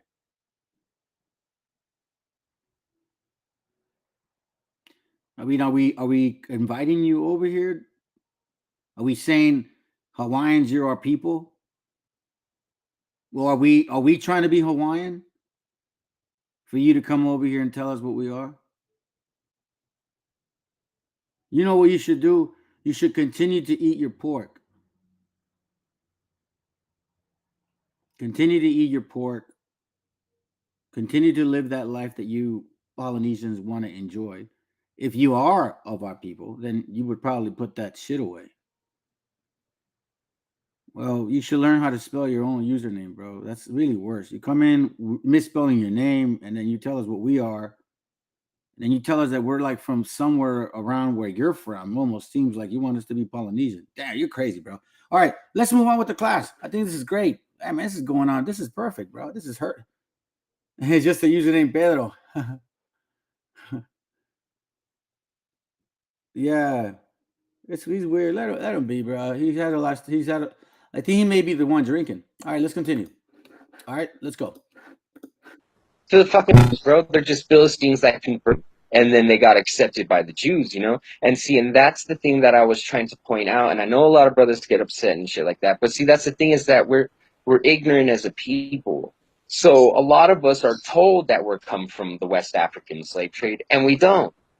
We were here, we were natives, bro, but we got fucking mixed in with these people and labeled the same way. Look at the act, what was it, in Virginia or some shit, everybody always brings that up, of how they labeled Native Americans as Negroes too. You know what I mean? Like that's, and then there's another book that I have, I put it in my video, I have a video about Native Americans, and natives were the first ones to be called Negro before they were even brought over here, right? So you have this this. Yeah, it's very true. Several migrations. I did a class on that. I'm not saying that. Matter of fact, a lot of us were scattered all over the world. A lot of us. I have maps on it. So, no, I'm not saying that all Hispanics are, or Israel. No, it's not possible. But the Spirit will bear witness at this point. The Spirit bears witness at this point. So, and it's all good, man. That just kind of tell you, brother, that remember, keep in mind, and I showed you this book before. Actually, not a book. It's from the Lutheran newsletter. written September 7th, 1900. And he's writing a newsletter complaining about how the Spaniards or every power at that time did everything possible to completely block the Bible from being printed in our dialect, so-called, or even in Spanish, let alone taught. Not until 1833 to 1931 were we available to have an actual Bible. And even then it was like the Encyclopedia Britannica, 25 volumes, cost like $300. That's like 10 grand today. Absolutely none of us could afford it. So up until the last maybe 50 years, I think we've had for the first time a hold of the scriptures, like, in the 70s, because even in 1978 or 79, I still remember the last Latin Bible, still doing Bible service on Sundays in Latin. Figure that out. So for me, the way I see it is, why hide who we are? If we're insignificant, why keep God away from us? That old saying that says, so close to America, yet so far from God. Let's continue. This like, we brought up this conspiracy to keep hiding our people and placing them amongst heathens and trying to say that we're the same as them, right? So we have this thing of where our people keep wanting to relate to the West African slave trade, but a lot of us aren't from that. And that whole thing with the Falasha Jews is the same thing that's going on for the West Africans, especially for the Igbo and shit like that. There's a lot of stuff going around right now. There's a lot of, evidences, people say, and all this stuff about the Igbo and all this stuff. But, like, if you really look at it and if you really take it for what it is and examine it and look at the actual scholars and check out the actual shit that they're talking about, it's all lies, dude. Those people are nothing but fucking converts from fucking colonialism. You know what I mean? Like, they got fucking conquered. They converted because they saw a type of similar parallel between their story and our story, and then they just ran with it, Yeah, my thing would be, because I learned this line of argumentation from dealing with these Afrocentric cats and guys who are into Egyptology. They'll ask, okay, well, show me, if we're the Israelites, show me these certain tribes, the ones that practice Hebraic culture prior to being Judaized and colonialism. So you really have to look into the very specific tribes and very deep into their culture to see it prior colonialism, or there's even a particular tribe, it escapes me, but how they just utterly refused all forms of colonialism, but their a lot of their customs were Hebraic, a lot of ways in nature. So you have to really delve in, because a lot of the blanketing, and this is why where a lot of Negro only guys will get this argumentation. Oh, the Igbo, they say that this, and they don't realize you have an Igbo running around calling himself a Gadite. He never called himself a Gadite before. He called himself a Gadite because when the white man came and made him converted him to Judaism, he said, "Yeah, you're a Jew, but you're a Northern Kingdom tribe. We're Judah and Levi. You guys are a Northern Kingdom tribe. So just claim one of those." A lot of people do misunderstand that. Right. See, and that's why I like going to the book Hebrewisms of West Africa, right? So what's funny about that book is that, everyone tries to use that to say, oh, yeah, the West Africans were black Jews and all this stuff. But it's funny because if you actually read that book, it doesn't say that. And yes, there were Hebrewisms found in West Africa, but not Hebrews. See, we always have this problem where we don't analyze the words, right? Everyone always tries to stress the whole Jewish thing. Oh, it's Jewish, it's like or as, but not Jew, it's ish, Well, the same thing with ism, it's Hebrewisms, like, the customs, but where's the actual Hebrews? And some of the customs were there, but then you got to realize that a lot of those customs just came from Canaan in general, of the land, and a lot of the culture had spread through us because we were servants of Muslims. If you read in the book Hebrewisms of West Africa, in fact, if you don't mind, I'll bring up an excerpt from that. It tells us a lot, and it's just that a lot of people don't pay attention. Now, let's see. Let me pull it up real quick. Let me see. Where did I put it? I sent everything to certain. I was trying to keep everything neat, but All right, so now let me jump back to this over here so you guys can get an understanding of what we're doing, okay? So as you can see, the brother's over here breaking down some examples. So now, as he's looking into this particular book, let me see if I can kind of make sure that we get the connection going on. Because we're going back and forth, by the way. That interview was about 5 years ago, fam. Okay? So we're just trying to, again, bring it back together. This was about almost 5-6 months ago. I redid a class. Anyways, let's go. Oh, hold on. My bad. That's right. My bad. Hold on. I got to switch it like this. I'm not in my comfort place, so let me deal with it now. Their borders. Who came with them, family? Who's always in hand to hand whenever there's issues? They don't go to us. The hell they go. They don't go to us, man. I don't even want to go there. Lamentations 4:19. Our prosecutors are swifter than the eagles of heaven. They pursue us upon the mountains. They laid wait for us in the wilderness. Again, the eagle. The eagle.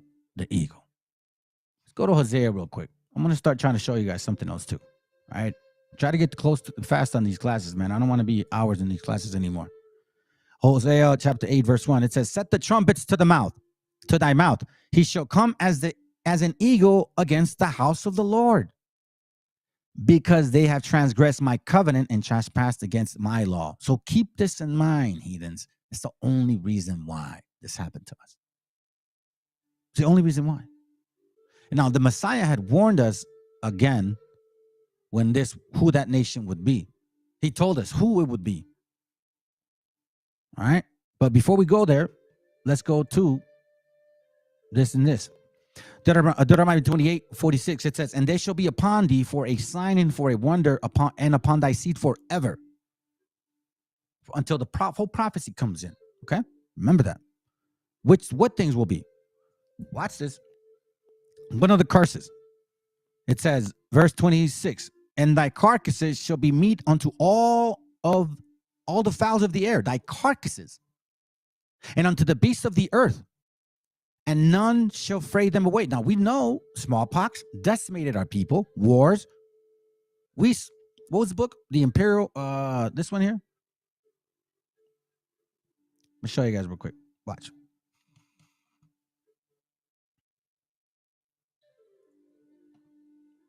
No, my bad. No. I don't want to leave. Let me show you this real quick, fam.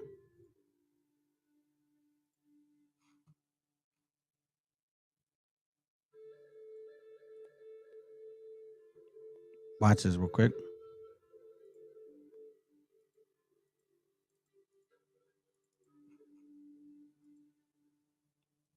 I showed you guys this before, but I just want to run it by you real quick.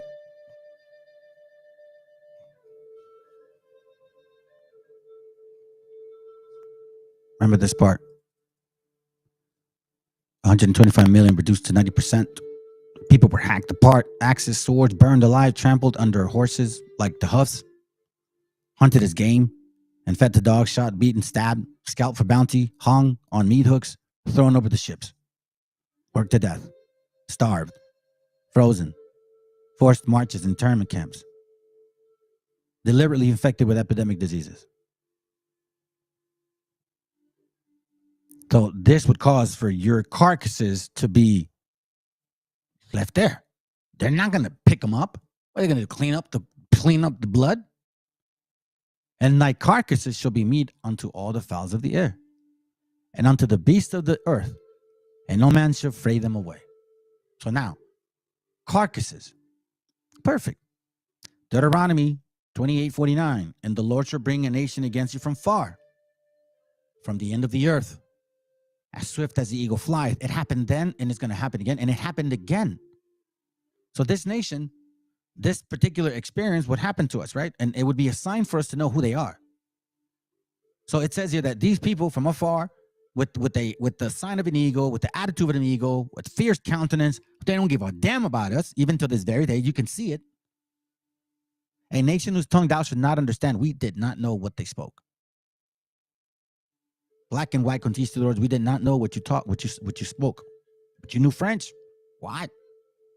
You know English. You know Dutch, Spanish, Portuguese. We know that now. So now, I'm bringing this up because check this out. It was in the past, but then that's why the Messiah said what he said here. Okay? So you got to pay attention, family. Matthew chapter 24, verse 28. This is what the Messiah said. The Meshiacha. He goes, for wheresoever the carcass is, there will the eagles be gathered together. So now he here gives us a hint, because if you read up, it says here, for as the lightning cometh out of the east and shining even unto the west, so shall also the coming of the Son of Man be. They came from the east. So his coming is from the east. And he's saying, and for wheresoever the carcass is, there will the eagles be gathered, because he's coming after you. See, you guys never read this. You guys never knew this. Because the word isn't with you. You're not the people of the book. Let me show you something real quick. This is how we know. Leviticus 26 and 30. I will destroy your high places and cut down your images and cast your carcasses upon the carcasses of your idols, and my soul shall abhor you. Now we know we had idols.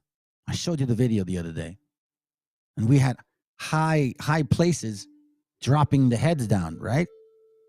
And I will destroy your high places, the pyramids, and cut down your images, and cast your carcasses upon carcasses, like the image we saw yesterday, where in Apocalypto, he chops them off and you just see the bodies on the ground. Or when he's running away, they're just throwing them on the floor, like that.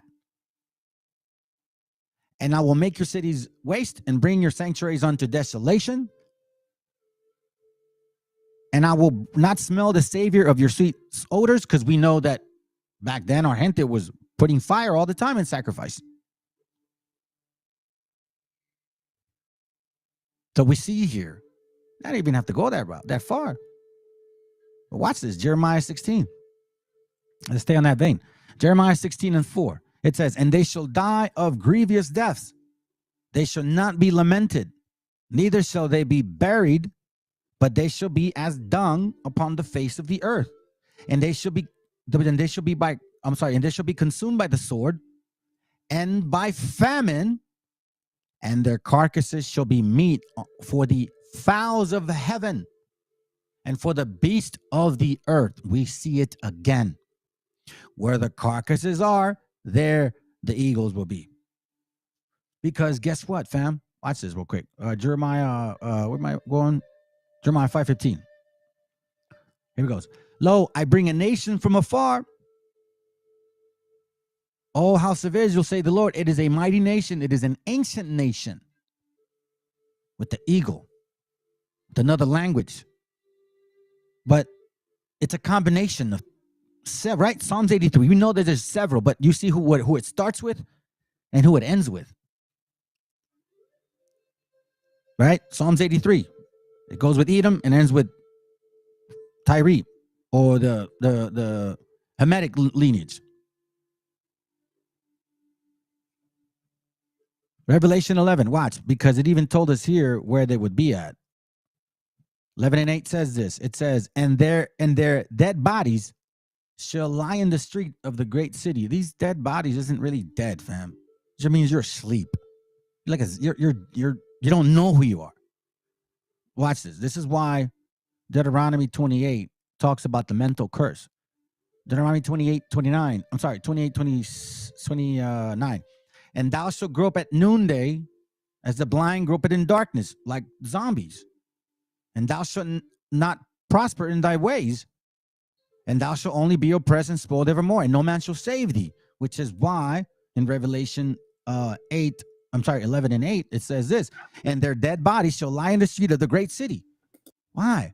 Because they'll be blind. They'll be dead. They wouldn't know who they are. They wouldn't have the laws.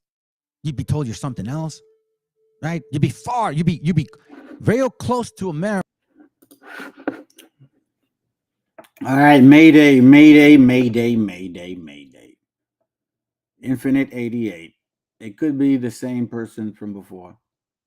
If Mexicans are natives, why doesn't the American recognize them as their own tribe? And then you put fireworks as if it means anything. It's funny. You know what that means? That means you are clapping for your own statement. You know, like in class, like it's like you clapped up for your own statement. You just did that.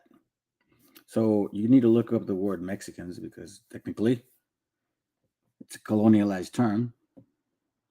And the natives that you're talking about, which ones are we talking about here? The ones that claim to be native or the ones that are native?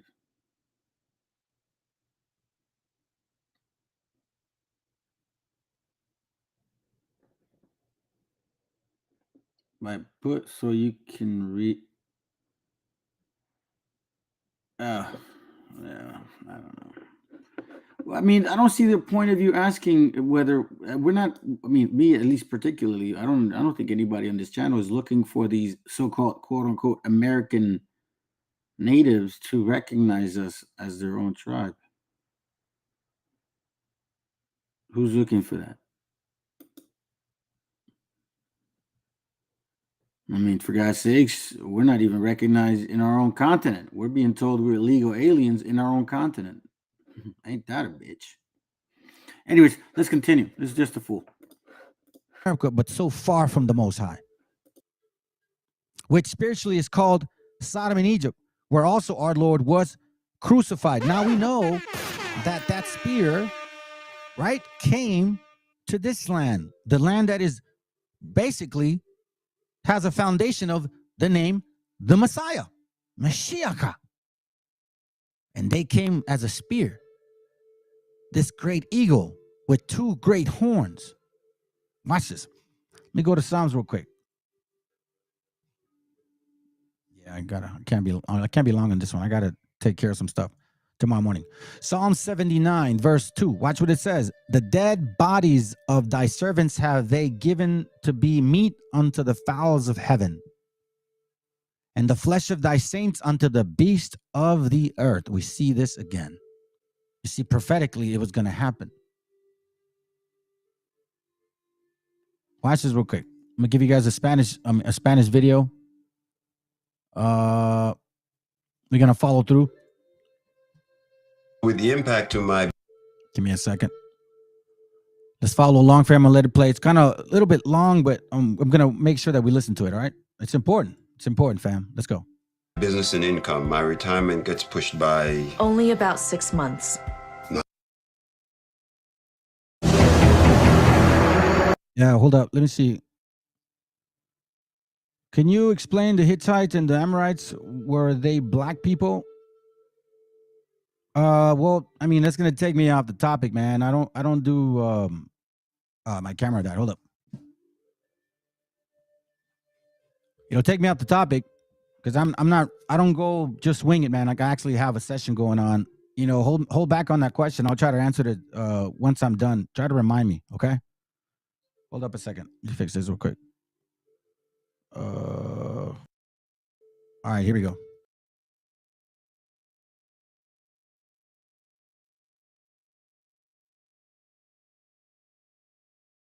Hey, listen, whoever you are, you should get your own channel if you want to educate people.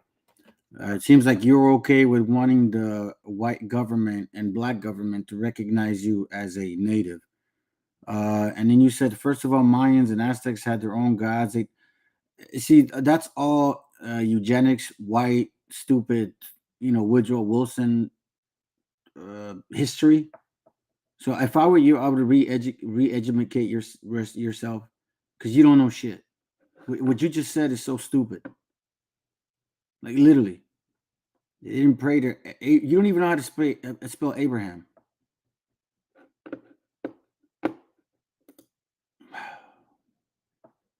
Why? Yeah, I really find it so funny. Yep. That's true. True that. Hittites could easily be mixed Africans, as well as Phoenicians, like Arabs. Yeah, but he wanted to go like ask a full question because I kind of skipped the video. Canaanites, West Africans, in my opinion. Yep. Yeah, of course they did, dude. Like, they're worshiping many gods. Canaanites are the like Canaanites, Amorites, all that whole family. That's where all this debauchery came out of. Druidism, all of that stuff. You know what I'm saying? So it's pretty crazy. Anyways, let's continue. Oh, let me show you this because then I'm gonna go back to Brother Pana again. All right, so I'm gonna connect it. They connect eventually. All right, let's go.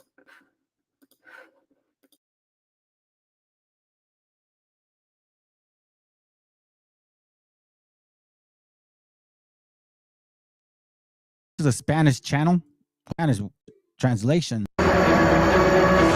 Bienvenido a Yolo Camotes, videos de temas de interés general. Es popularmente sabido que la conquista de América fue llevada mayoritariamente por España, Inglaterra, Portugal y en algunos territorios Francia.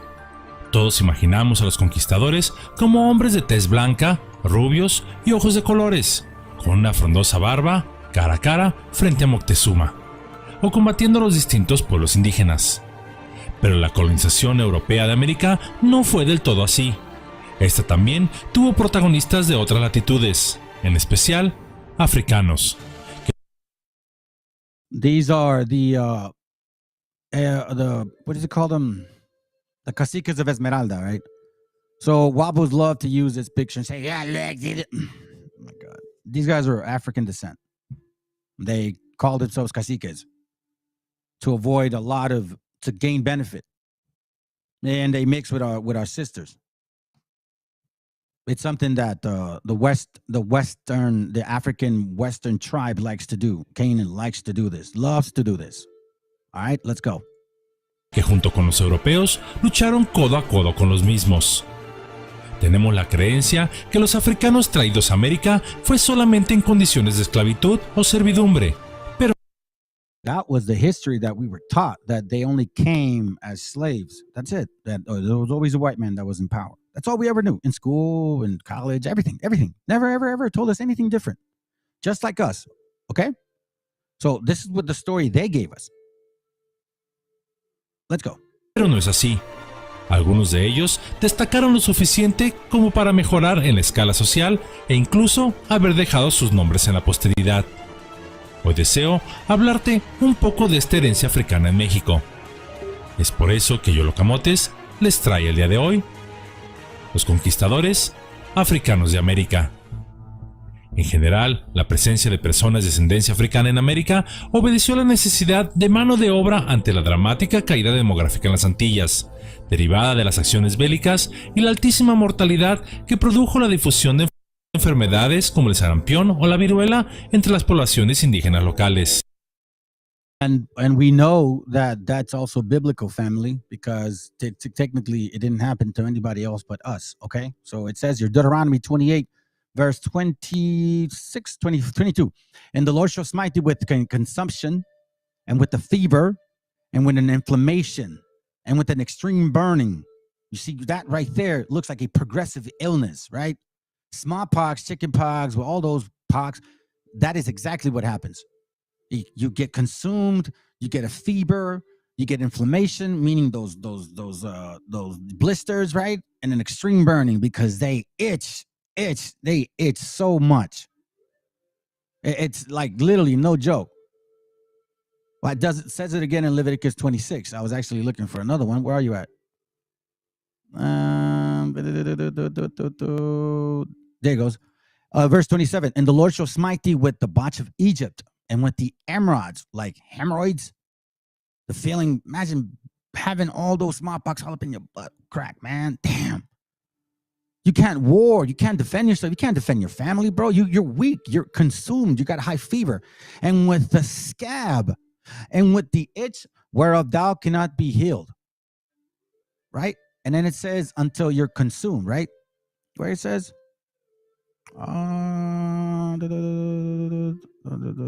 spoiled evermore, no man shall save you.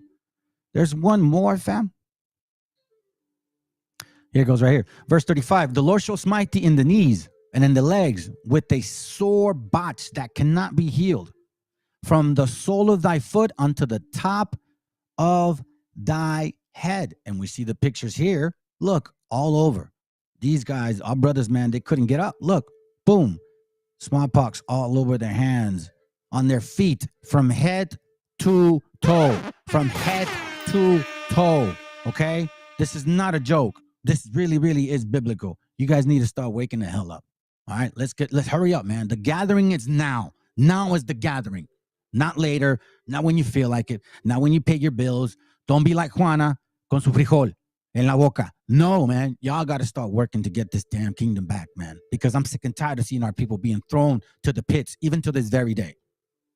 The damn with these damn two horns, man. Let's go. La viruela entre las poblaciones indígenas locales. Fue así que a partir de 1502 se comenzaron a enviar esclavos negros a las colonias americanas, al considerarlos más resistentes no solo a la incidencia de virus, sino al trabajo físico en general. Sin embargo, es de destacar que el régimen esclavista español era más benigno que el portugués o el inglés. Y salvo I think it's going to try to get a commercial going, all right? Because it keeps pausing. Hold up. In this new digital era, kids have lost interest in movement and play. A study found that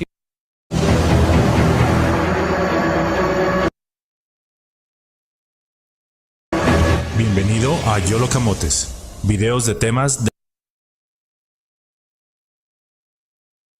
mortalidad que produjo la difusión de enfermedades como el sarampión o la viruela entre las poblaciones indígenas locales. Fue así que a partir de 1502 se comenzaron a enviar esclavos negros a las colonias americanas, al considerarlos más resistentes no solo a la incidencia de virus, sino al trabajo físico en general. Sin embargo, es de destacar que el régimen esclavista español era más benigno que el portugués o el inglés, y salvo en zonas muy concretas, por ejemplo las plantaciones de azúcar caribeñas o el litoral pacífico de Sudamérica, el esclavo negro solía ser básicamente doméstico, es decir, se empleaba como criado. También era muy frecuente y nada se le diera la libertad. Muchos la consiguieron, estableciéndose como colonos con empleos típicos y tan peculiares como establishing themselves as colonists, okay? Colonists. All right, let's go. Porteros, pregoneros, subastadores, verdugos o incluso gaiteros. Algunos otros con espíritu más aventurero se enrolaron en el ejército español. Podemos nombrar, por ejemplo, a Juan Valiente, que es posiblemente el más famoso conquistador. One of the most famous conquistadors, okay? Really, let's go. Negro. Su caso es especial porque cuando aún este era esclavo en 1573, le solicitó. I don't subscribe to that term, so you're asking the wrong person.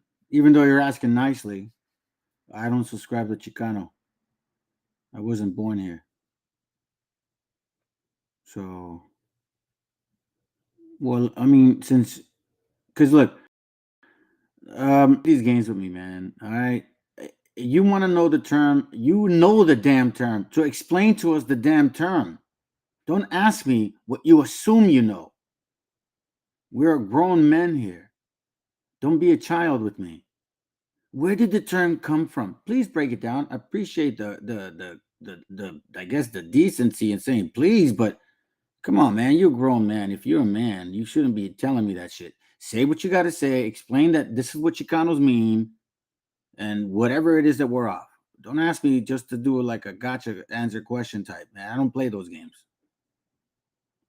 Oh, well, then why are you asking me? We're not even talking about Chicano or anything here. Oh, God. Listen, next time, raise your hand. Raise your hand next time. How's that? Let's go. Let's go. We got some people drinking tonight, fam. We're going to switch back.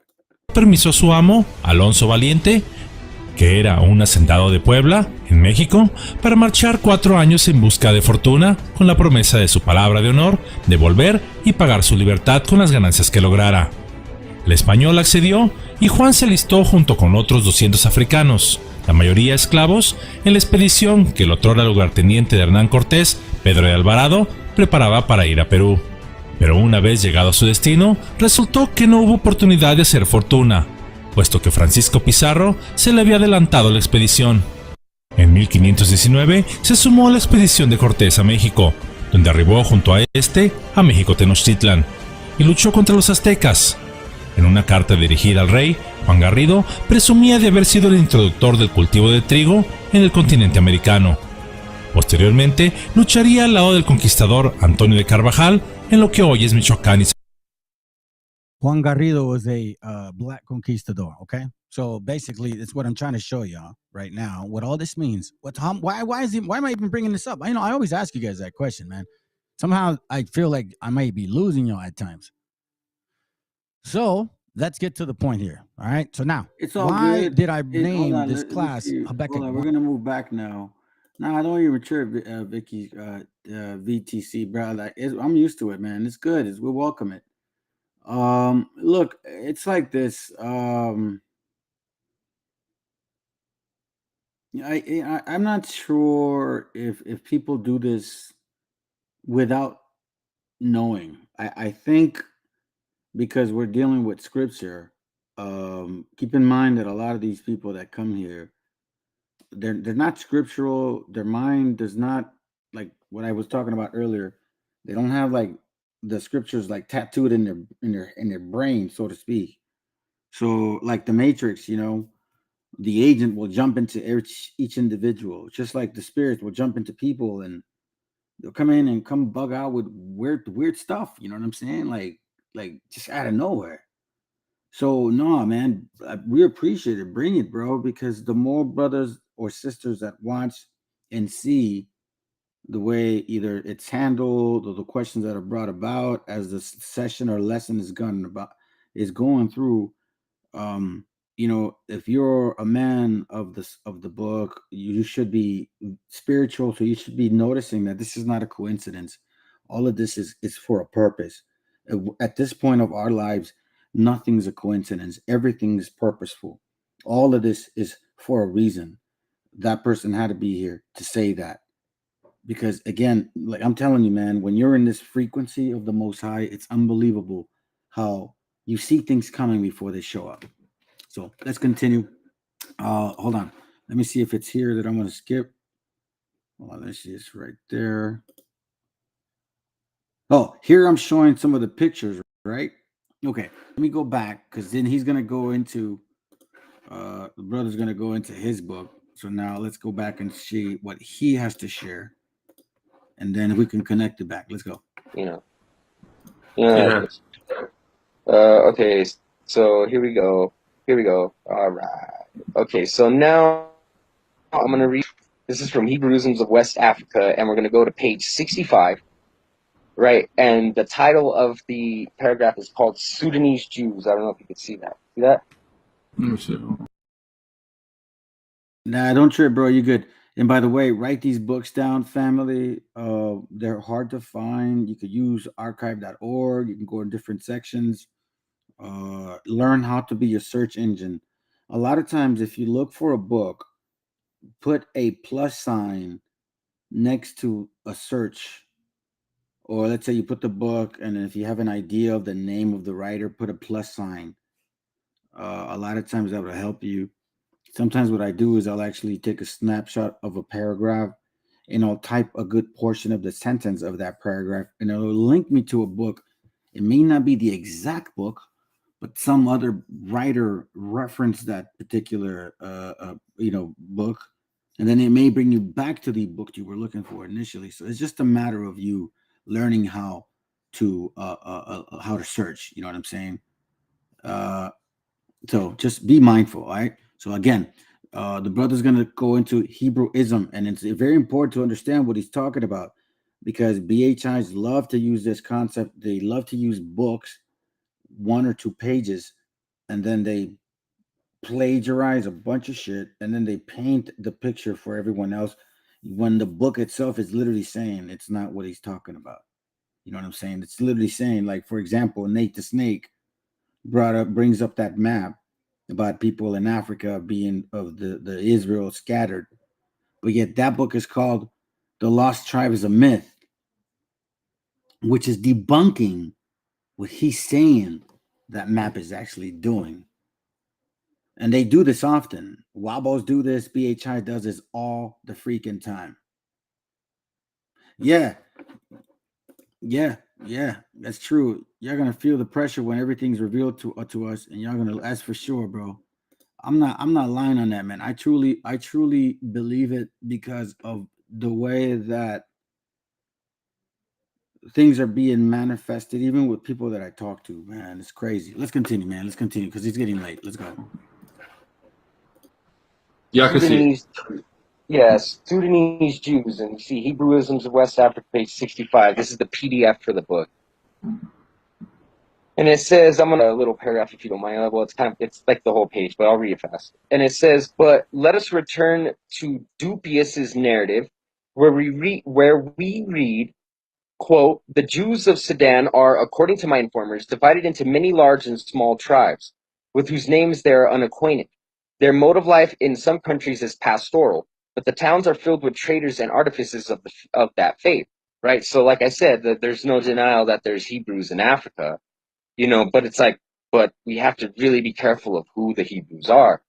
And let's continue. It says, who gain a subsistence at their several employments in the service of the Muslims, under whose government they live as vassals. This in reference to Mr. Bodwich's kingdom of Yehudi, I may be permitted to say, is the only state of society in which that oppressed nation is suffered to live. And the tribes, without security in their possessions, without public revenues or arms, are hourly exposed to insult and rapine from the blind zeal and active bigotry by which their lords are animated in these countries, and their lords are the Muslims. So basically they get mistreated by Muslims. They're like servants to Muslims. And the Muslims were the ones that were kind of taking everything everywhere into Africa, especially with the Muslim expansion of taking over North Africa, pushing into Spain, doing all that, right? And it says, and we were their vassals. So it says, the lands occupied by these people over a wide extent between Messina and Kabi. They are said to be mingled also with the upper Fula tribes eastward of Timbuktu. So there are some that are mixed with some of the tribes, right? So there are some Hebrews that are there. But let's continue. What does it say? And in many parts of Meroa, they have inheritances or are employed as artificers in the cities and towns. As we live among the heathens, said Bashal, so do the Jews in Meroa and in Fulani with our brethren.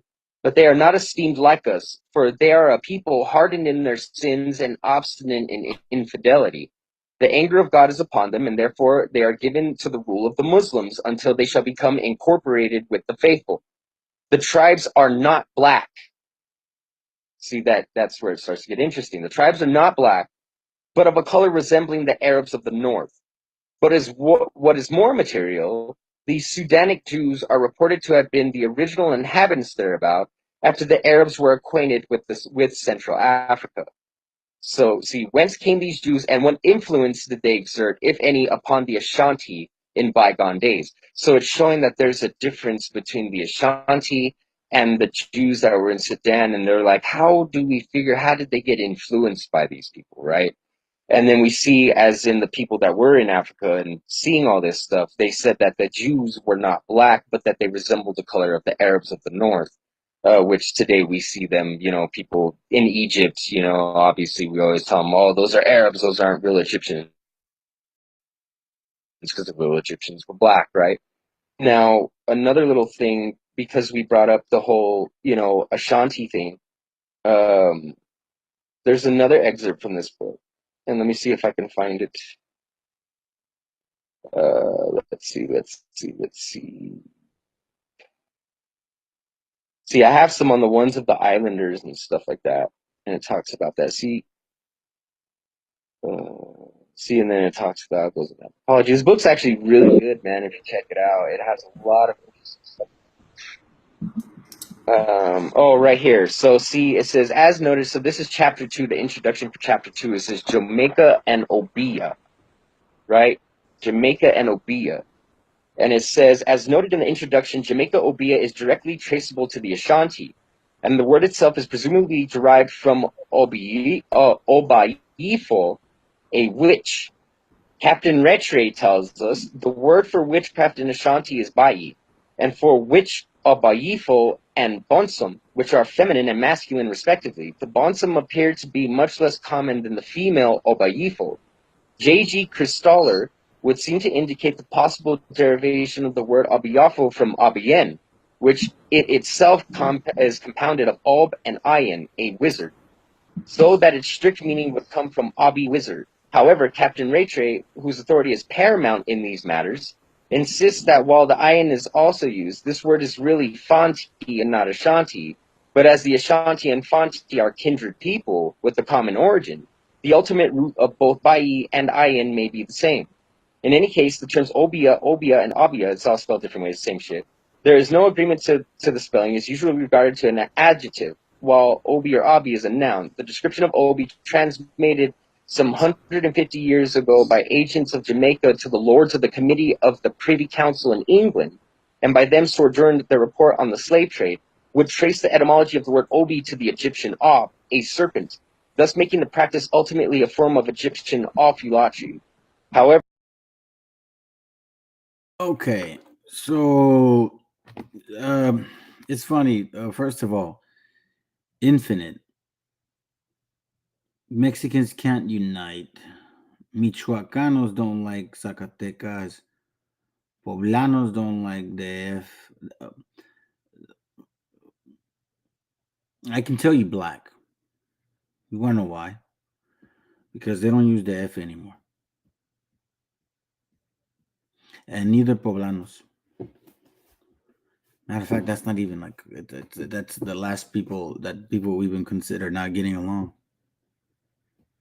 You see, I was born in Guadalajara, pendejo. But I bet you didn't know that. I just find it so funny that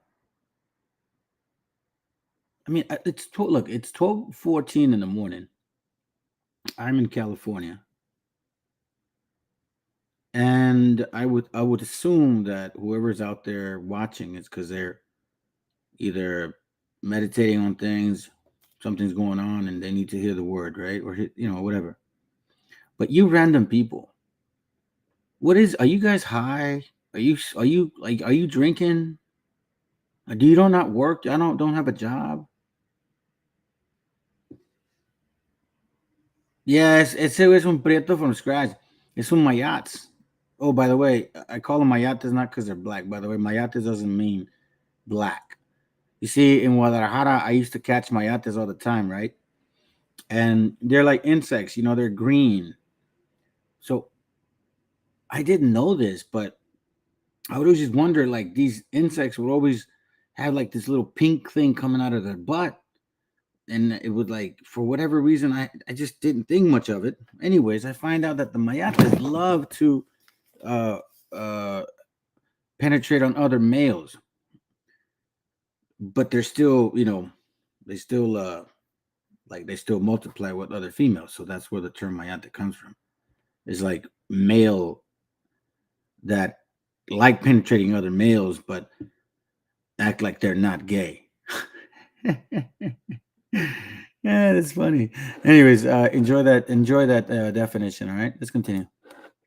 However, one of the fragments of Sanchuniathon preserved for us by Eusebius of Caesarea, and then it goes to trail off. But see, as you can see, the Ashanti and their kindred tribes were messing around with stuff that came from Egypt. And then if you read, I have other excerpts from this book. It talks about how because of their culture, they know where they got them from, because they trace their stuff back, that these people could be no other people than the Egyptians and the Canaanites. And I'll get that real fast quote for you. It's actually smaller. Right here, John Bathurst Dean, John Bathurst Dean, this is page 50. after claiming to connect the Obeah of the West Indies with the archaeology of the Phoenicians and Egyptians, concludes, hence there is room for one of these two conclusions, that the Gold Coast was either colonized from Canaan or from Egypt, the former of which is perhaps the more probable, from the greater faculty afforded to the Phoenicians by navigation than to the Egyptians, who had have to cross the deserts and overcome many other physical difficulties in their distant march. So we see that even back then, you know, people were making this connection. Well, like there's only two really possible two possible explanations of who these people are. One of them is either Phoenicians or one of them is either Egyptians, and we know the Phoenicians were Canaanites. So, you know, we see these connections over and over about how the people of West Africa still practice the same things that they did in Africa, and those things came from Egypt and from Phoenicia. And we know that the Phoenicians were Canaanites, and they were scattered. They were in Carthage, right? They were in North Africa. They fled there from the time of Joshua. And then they also went further down over Carthage. They went and settled fucking West Africa. And that's where a lot of the things come from now. There's even a place still called Jebu, you know? So that's a lot of interesting things if you want to take from there or whatnot. Sorry to ramble on for so long. No, that's good. That's good. But my question would be, didn't Israel have a serial problem with following the practices of the Canaanites and the Phoenicians, the Egyptians, etc.? Yes, we did. So if we see those customs being followed by certain people, that doesn't necessarily right. mean that means they still could. They could have been us, of course, in all forms of evil. Also, right? I got right. Yeah, if you want to put that. But I got like a quick not off topic, but on topic. What about like the Canaanite practices that we see certain peoples or like the Amazon practicing? Would we say, would you say those are Canaanites or those were just Israel going off, quote unquote? Yeah, well, see, a lot of them are mixed, you know what I mean, with that, because we know the Olmecs who came over here came from Phoenicia. You know, they came from Carthage. They were the Canaanites. And that's where you get a lot of the mixing, and that's why a lot of the brothers are darker nowadays, is because the Canaanites came here and they actually took over the Mayan Empire, which the Quiche Maya, were the Israelites that came from Arsareth, while the Colchin Maya, right? It's a different type of Maya. It's because it means like an immigrant, like a person that wasn't there normally. They landed in the island of Tabasco first, and then they, you know, started mingling with us and trading, because Canaanites were always known for trading shit and buying and selling and whatnot. And so we started doing that, and then they ended up mixing with us. We ended up amalgamating, and then they ended up taking over our empire from us. And when the Aztec, you know, strolled on in, they kind of took it from them. But then you had bitter Olmecs that came later on with the conquistadors, you know, and they kind of sold out. They kind of like took over, you know, they were like, fuck the Israelites, and they sold out us to the white man, you know what I mean? So there's just like a bunch of history going on. And a lot of that you can find in the book Mysteries of the Mexican Pyramids. I know it's a funny book and you wouldn't think, but it's actually a really well-sourced book. It's well documented. You know what I mean? A lot of good original sources and stuff. There's even a thing in there that talks about an original letter that was written by the Maya themselves saying that they are Israelites. So this book has a lot of good information in it.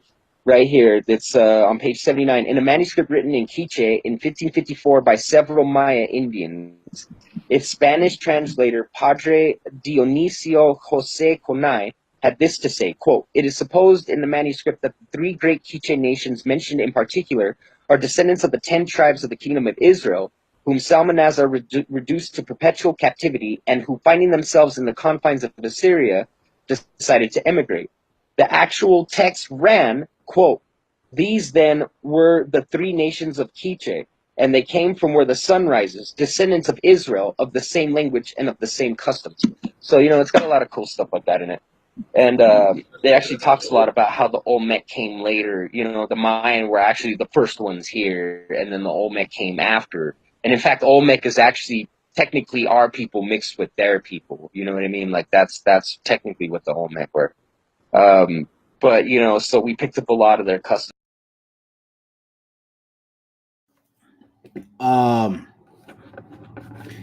He said, I was born in NY, pendejo.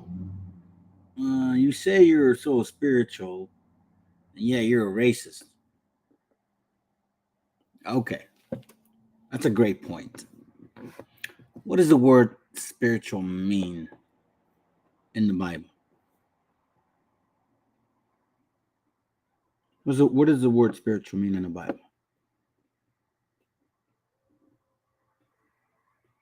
Since you say I'm a racist, you know?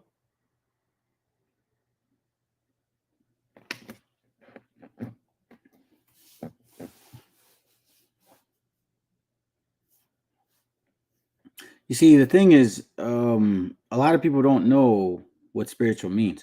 So by you saying you're spiritual, that means you think we're like Christians, like, you know, that whole white Jesus stuff, right? God loves everybody concept. And then you say that I'm a racist. Now, do I prefer my gente? Yes, I do. Would that make me a racist? Or what made me a racist? You people think apocalypse is real. Yeah, I'm a racist, yet you said you people. It was very demeaning. That sounds racist. So you think you're better than us? You see what I'm saying? How?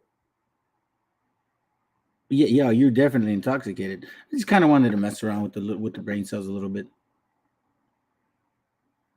Hey, this is exactly true. Let me read this. Nobody talks or even considers our oppression. I had this girlfriend who never acknowledged Mexicans being genocide. Like we never been through nothing to show you nobody acknowledges our history. Yeah, to this very day. I mean, you know, the famous books, The American Holocaust, man, that book whistles, bro. Like nobody talks about it. Even to this very day, we see constant reminder of the curses, and it's not significant to anybody. No, you know what that's called? It's called Doctrine of Discovery, Manifest Destiny. That's it. That means God bless America. That's what that means. Let's continue. We got another 45 minutes, by the way. And stuff like that. And granted, you know, but see, then I got to point out the thing is that it's the other way around, really, in Africa. It's not the fact that African, you know, Israelites picked up African customs, but that those Africans picked up some Hebrew customs, the same way we picked up our customs from them in the Americas. And the reason why I say the whole thing about West Africans, you know, and I'm sure it was going to head to this eventually, is the curse. And see, that's what I was hoping that you would bring up. Like Mayat, you don't even know how to spell it. You see, that's how I know that I don't think you're our people. Mayat is not a derogatory term. What do you think it means? Because I actually said what it meant. You obviously weren't listening. Because you think, see, Negroes made it a derogatory term. That's what Negroes made it into a derogatory term. It's not a derogatory term. I did a class on it. You should look at it, Infinite. It's called Mayates, the real meaning of it. Like, for example, you know what's worse? You know what's worse? Not even the word Mayate and the fact that it was completely turned around to make it a racist connotation. It actually wasn't. It's the fact that our people didn't want to get raped by these men that were African, okay, in jail. All right. This goes back to 1904. I actually have a book that specifically shows this. So I don't just talk. This isn't no talk. This is real shit here. Okay. It literally says that. You know what's worse? Not the fact that they twisted the words of Mayate around. The fact that the Willie Lynch letter is not even a real story. That they used the Willie Lynch letter to justify a slave history that was never true. There was never Willie, no Lynch. It was never written in 1700, nor in 18 or 1900. That's worse than the definition of Mayate, but that yet you are not going to say that that's racist because you don't even know the definition of racism. So let's go and continue. curses, right? That's like one of our main things, and that's what always One West stresses, and that's been the whole fucking, linchpin and everything, is the curses, right? And everybody has to say, oh, you have to suffer all the curses to be an Israelite, and blah, blah, blah, and all this stuff, right? Well, if we really examine the West Africans, they didn't suffer all the curses. They didn't even suffer half of them. And for one example of that is the curse of where it says that they would slaughter our cattle before our eyes and we wouldn't get to fucking partake in the meat or have any of it. That there would be a massive genocide on our cattle and there was nothing we could do about it. And that never happened in Africa. Food is scarce enough as it is. Why would they go and slaughter all of their food? You know what I mean? If they did have cattle down there, it was probably just taken. But we look at the Americas and we still have old videos, black and white videos of them completely genociding all of the buffalo that were in America. Mounds as taller than fucking buildings and shit, dude, of just giant buffalo skulls just piled up to the fucking sky, man. You know what I mean? Trying to starve us out, trying to take us down. You know what I mean? So we can see that curse happening here, but we can't see that curse happening there. You know what I mean? And then you can't say that it happened here for the West African slaves because they didn't have nothing when they were here. You get what I'm saying? They got here having nothing. They got stripped of everything. They were fucking treated worse than everybody. The lowest on the totem pole of the slaves. And they didn't suffer any of that. One of the other curses is that a nation from afar would come into your land and the stranger that is among you would become the head and you would become the tail. Well, if we're to go with the written narrative now, Israelites were strangers in Africa. That was never their land.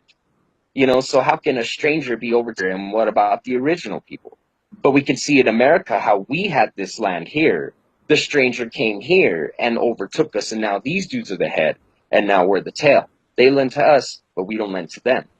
You know what I mean? And in Africa, that didn't happen. It was, if you go with the written narrative of them being Israelites, those are already immigrants that had fled from Jerusalem, went to West Africa, were living as strangers there, and then were sold up and then brought over here and had nothing, no slaughtering of cattle, no taking of anything. You know what I mean? Like a lot of this stuff didn't happen.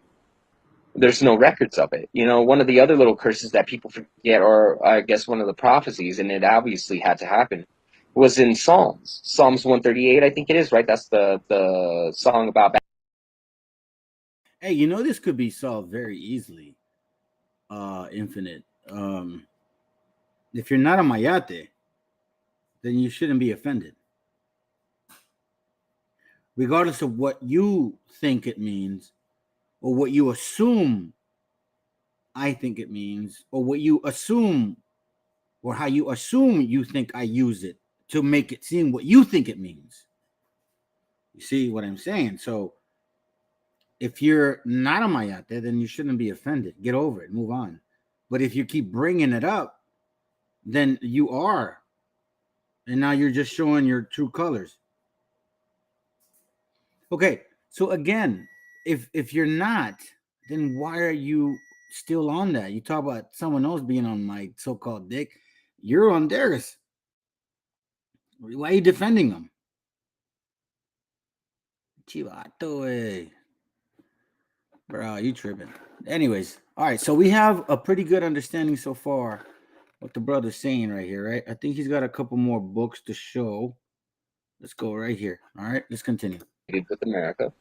Happy shall he be that repayeth thee, as thou hast served us. So we know that people are going to do to them what they did to us. So this is something that is known to have happened to Israelites, that they did to us specifically, that's going to happen to them. And what does the next verse say? That is, happy shall he be that taketh and dasheth thy little ones against the rock. Right? Now, we have records, even from the time of the Spaniards of, in fact, I have a book, is it by me? Let me see, I have a book called American Holocaust.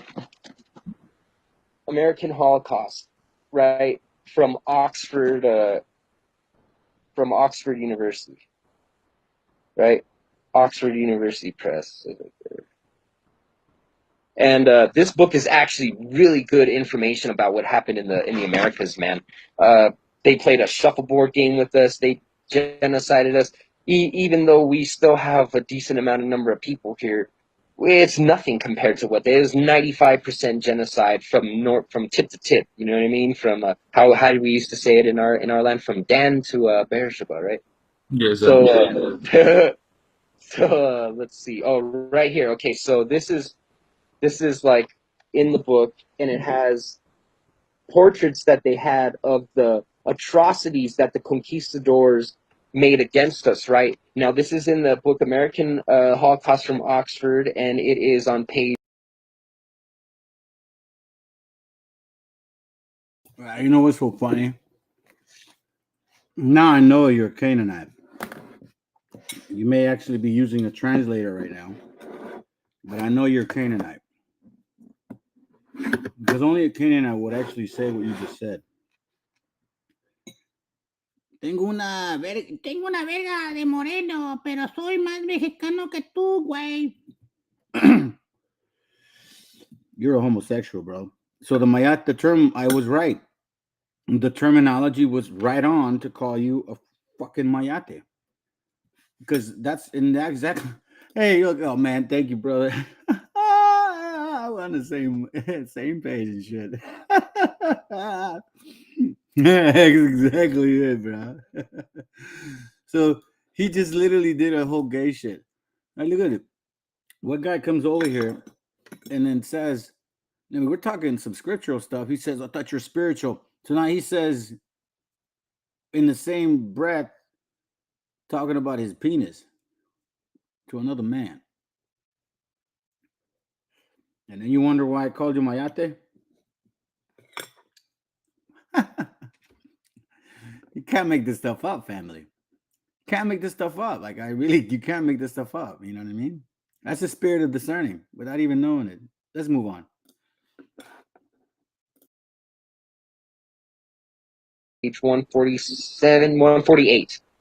And I'm going to read the little excerpt underneath the little photo here, and then I'll show it again. It says, the took babies from their mother's breasts, grabbing them by the feet and smashing their heads against rocks. Is that not the same exact fucking thing we just read in the Psalms? It says they built a long gibbet low enough for the toes to touch the ground and prevent strangling, and they hanged 13 natives at a time in honor of Christ our Savior and the 12 apostles. Then straw was wrapped around their torn bodies, and they were burned alive. And here's a photo of that. You could see the Spaniard grabbing the baby by his feet, going to dash his head against the rocks.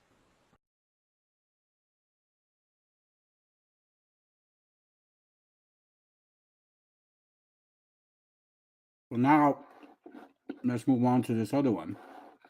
While we entertain ourselves with the homosexual Canaanite, the Canaanite mayate. So now you can't say that I'm using that term for black. I'm calling you a gay Canaanite. What you are. Well, technically, that's what it means. That you're a dude. You think you can't be called gay. But you like dudes. That's the concept. You know what I'm saying? Right. That's the whole concept here. That's what they call them, mayates. Anyways, now we're gonna find out this whole thing about. Remember, before we used to assume or think that it was just so-called Spaniards of European descent being the ones that were dashing us across the streets. You know what I'm saying? Okay, so you talk bad about homosexuals. If people know about how waiting here one to love everyone, no. Actually, no, that's not true. Where does he say God loves everybody? And he doesn't like homosexuals, that's for sure. He hates them. So you want God to love you? So you're West African homosexual looking for salvation, and that's why you're here. Hey, there's nothing wrong, man. You can always change your ways. You know what I'm saying? Just stop being gay. Just stop being gay. Infinite. Just stop being an infinite mayate. Anyways, let's continue because I'm about to finish. Let's go. All right. This is 5 things you need to know you did not know about the Moors. So now, again, I want to stress this because this is important, fam. Behold, ye among the heathen, and regard and wonder marvelously, for I will work a work in your days which ye will not believe, though I be told to you. Basically saying, then the Lord said to his people, keep watching the nations around you, and you will be astonished at what you see. I am going to do something that you will not believe. BTC, I did a class on this. It's called like the term mayate. Like if you Google it on my channel, and I found the book written in 1904, okay, in Spanish, where it explains where the terminology came from. It did come out of jail, but out of Mexico.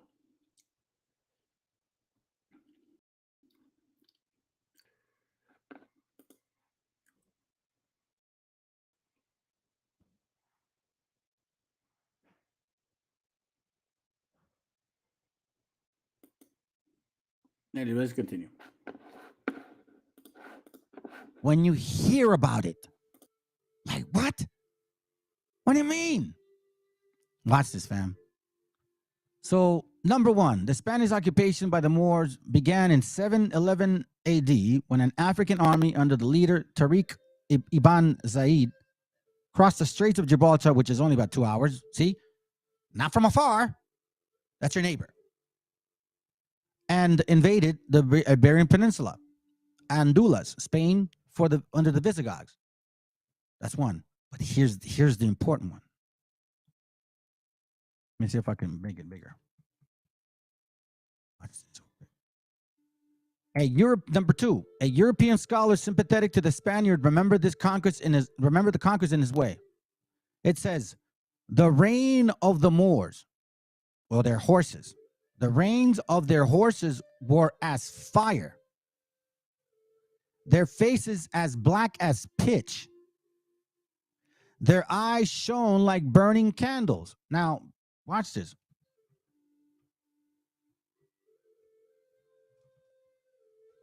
Come on, man. Watch this. Where's the one I saw? I used this one a long time ago.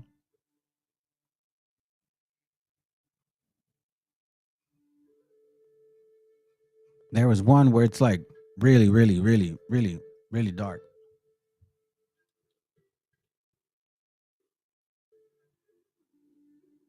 See all these imageries. Look at all these images, man. It's just amazing that they have the need to do this, but it is what it is. They identify themselves. But there's an image that I want to show you where it's very, very. Where are you at? Where are you at? Sorry for doing this. I shouldn't do this. I need to stop doing that halfway through because I want to make sure the class continues. You can see a lot of these imageries, right? But image is image, man. Image is image. Here it goes. Maybe this guy. Oh, I know what. I got it. There it goes right there. Boom. Look at that. Right? Black and red eyes. All right? Let's read it again. The reign of their horses were as fire, their faces black as pitch, their eyes shone like burning candles. Then it says, here's the point. Their horses were swift as leopards, and the riders fiercer than a wolf with a sheepfold at night. Okay? Remember Habakkuk 5? That we're not going to believe it when we see it. All right? Watch this. Verse 8, Habakkuk 1:8. Their horses are faster than leopards, fiercer than hungry wolves. Their cavalry troops come riding from a distant land. Their horses paw the ground. They come swooping down like eagles attacking prey. We see the same thing here. Their horses were swift as leopards, and the riders fiercer than a wolf sheep at night. The noble Goth, the German ruler of Spain, to whom Frederick belonged, were broken in 1 hour quicker than the tongue can tell. Oh, luckily Spain. What did they say about our downfall? That it happened so fast. Well, obviously, it had to do with the chicken pox and all those other things. But we see here this, like they say, hey, when they start telling you who they are, man, y'all got to start believing them. This is important. You got to identify these fools, man. Look, it says it again. Like, they're boasting about it. The Moors in Europe, they're boasting about it, fam. Look, again, it says it right here. A European scholar sympathetic to the Spaniards remembered the conquest in its way. The reigns of their Moors were as fire. Hold on a second. The reins of the Moors were as fire, their faces as pitch, their eyes shone like burning candles, their horses were swift as leopards.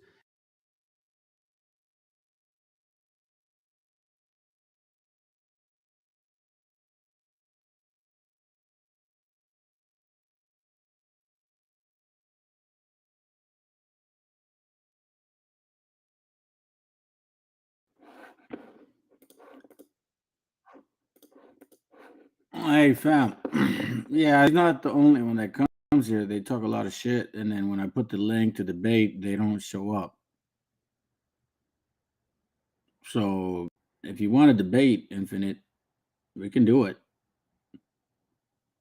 Just not right now.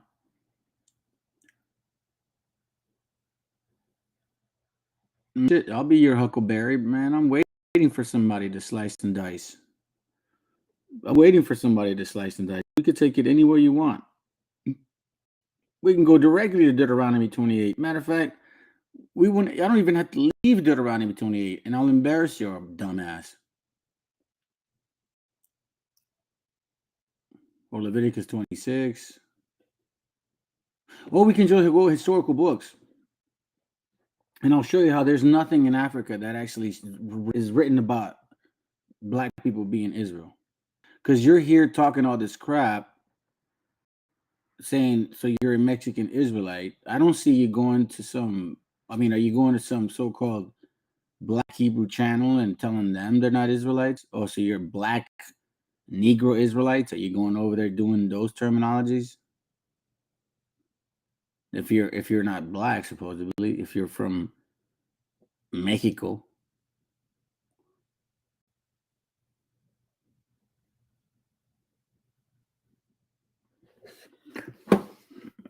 Man, Sinetter's cheesy, bro. He's worse than this guy. He got two, I don't know, married a chick that she believes she's an Israelite, but he doesn't believe he's an Israelite. Man, this is all like, can two and two walk together if they don't agree? What kind of household is that? What kind of shit are you teaching your children? They got all kinds of indoctrinations. And listen, nobody's stopping this person from going over to any other channel and learning from all kinds of stupidity. You can go ahead and do it. What I find so ironic is this, man. You hate gays and black. You, my friend, are the undercover. I hate gays. Oh, shit, dude. That's funny. I hate gays. Here, I'll read something to you so you can. I'll show you. Ooh. Yes, because you're butthurt about that. I don't know why. You're the first homosexual that's here. I'll call you a homosexual then. I won't call you a mayate, okay? Just to not hurt your feelings.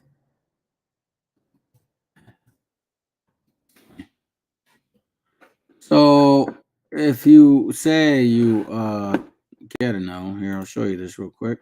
Oh, I shouldn't have done that. Matter of fact, right here. So I'm going to read something to y'all real quick. All right. So here's Paul speaking. Let me see. Watch this real quick. I think it's here. Where is it? 2 Corinthians. Which one's the one I'm looking for? Give me a second, family. Maybe I'm in the wrong one. Roman one, I think.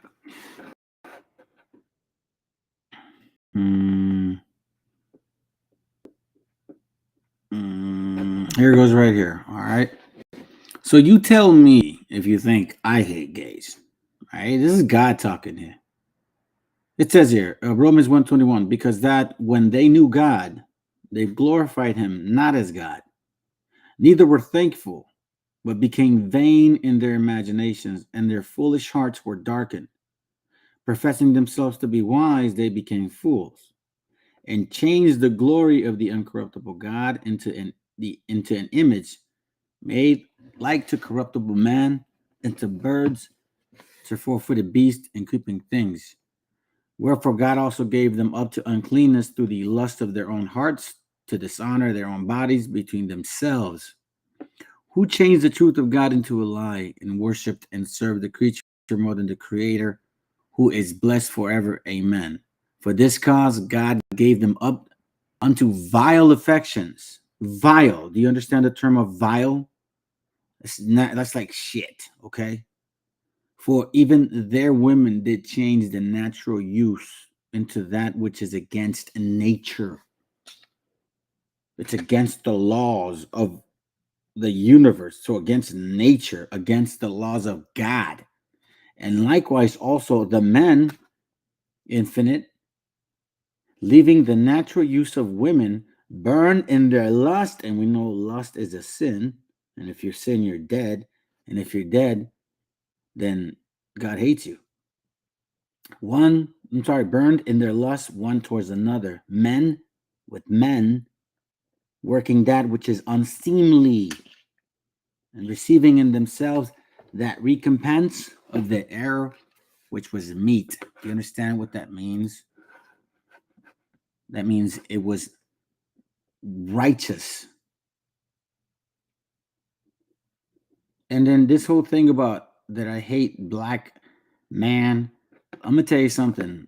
Everybody in Psalms 83 is who I do not like. Now, do I hate? Do I lose sleep over y'all? No. Because I know that the only reason this happened is because of our lack of wisdom, not because of your superiority. I'll take wisdom over any physical trait any day, and trust and believe that I don't lack physical traits. So for us is the wisdom to renew our minds is what we're looking for. If power and kingship and land and governing comes with it, so be it. But it's the reconciliation of coming back to our Father, getting the opportunity to repent. That's what we care for. At least that's what I know in this channel. That's what we do. Other people I don't think they do that. Well, you're welcome. You want to do it? Are you going to be here tomorrow? Is that what you're saying? More civilized the white man. So see, you black. You blackety blacker than blacker, bro. What you talking about? Stop trying to say you Mexican, bro. You ain't no raza. You can tell by the way you speak. Yeah. Pedro, keep an eye on this guy. Let's see what he says. I'm down. Let's see if he shows up. Let's continue, okay? Because I want to finish this. We've got about a good 10, 15 minutes. Hold on. Go back to this real quick.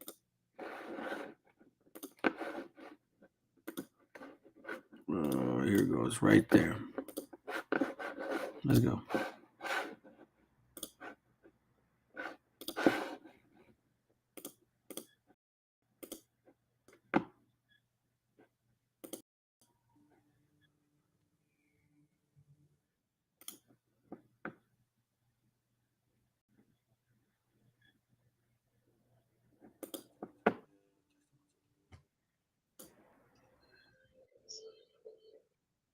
Stricken with the great.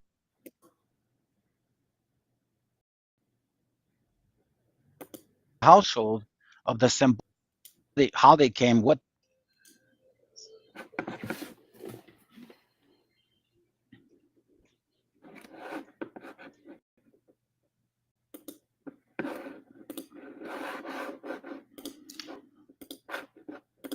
Also, I want you to be mindful of something he said. He said more civilized the white man, right? So the what I noticed in Habakkuk 1:8 is exactly that, which is something that they had acknowledged when these Moors went into Europe. What the writers, what the European writers, which were Swarthy, Africanish, Arab type, they wrote the reins of the Moors' horses, right? Of their horses were as fire, their faces black as pitch, their eyes shone like burning candles, and then it defines their horses were as swift as leopards. Habakkuk, I'm glad he said that. I'm glad he said that, because I'm not taking no credit away from the fact that Africanoids ruled Europe. Because if that's the case, then now you really have an issue with Deuteronomy 28, because I cannot wait for you to show up, because I want you to stay there. I need you to stay in Deuteronomy 28, and I don't want you to leave Deuteronomy 28. We're going to stay there all day. And if you leave, then you lose. All right? So we're going to be here. I'm not asking no more questions. Now you need to show up. We just asked you. You're talking all this crap. So I'm not asking you, don't ask me no more questions whether I am Mexican, Israelite, Black Israelite, Japanese Israelite, Samoan Israelite, Polynesian, Japanese Israelite. Nah. You said I'm easy to debate. Time and date. Talk is cheap. Let's continue.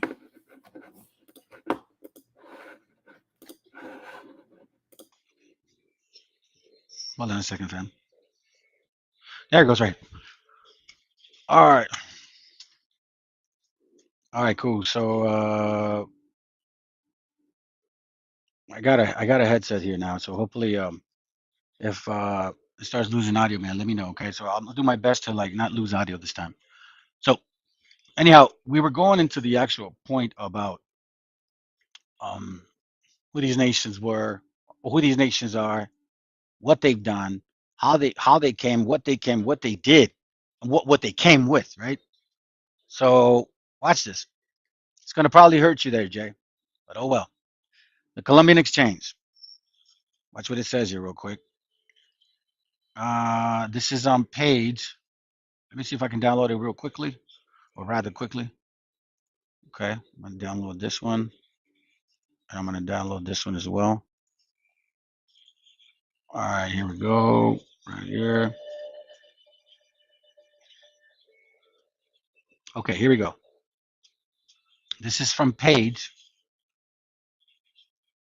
48.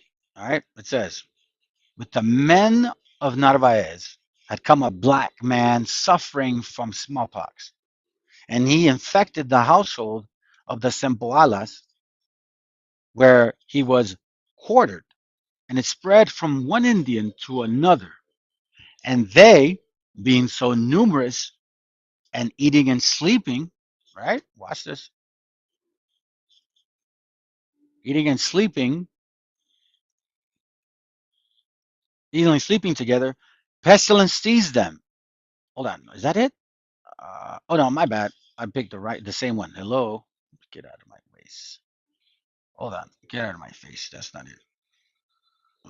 Stick. Don't forget. And it says sleeping together. Here, let me download this one because apparently I want to make sure you guys can see it. Come on, man. Stupid. All right, here it goes. It says, and sleeping together quickly infected the whole country. The Mexicans had never seen smallpox before and did not have even the European meager knowledge of how to deal with it.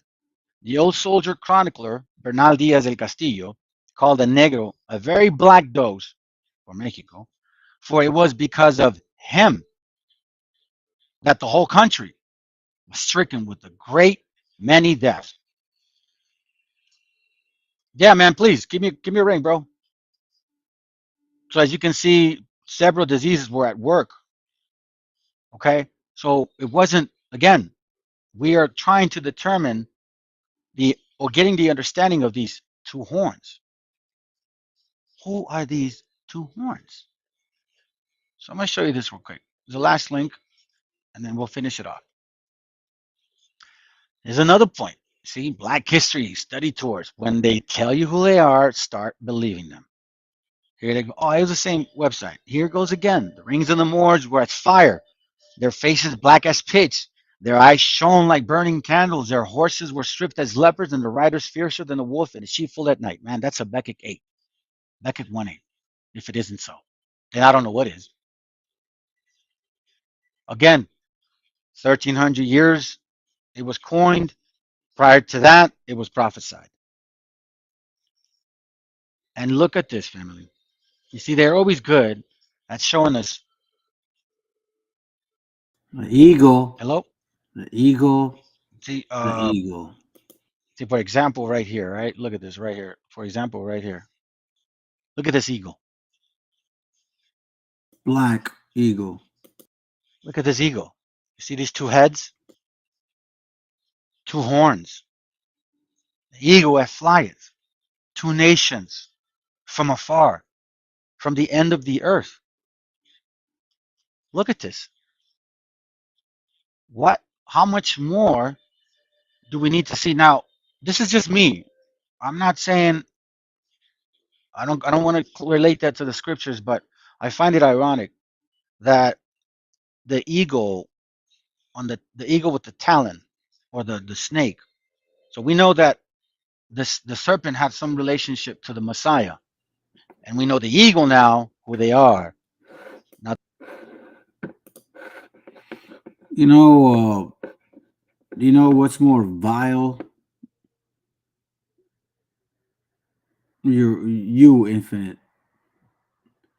You see your wicked ass spirit. You see that out of the abundance of the heart, the mouth speaketh. You see, out of all the thoughts in your brain, you expose your wickedness right here. You see, you wanted to attack Pedro by trying to insult him, making him feel like as if he's less than me by saying he's your boss. So then you come here and strike division. But you say you are a so-called Mexican, and you say you want to debate me, and you say you know the Bible. Do you know there's a scripture about that, right? Causing division, causing strife.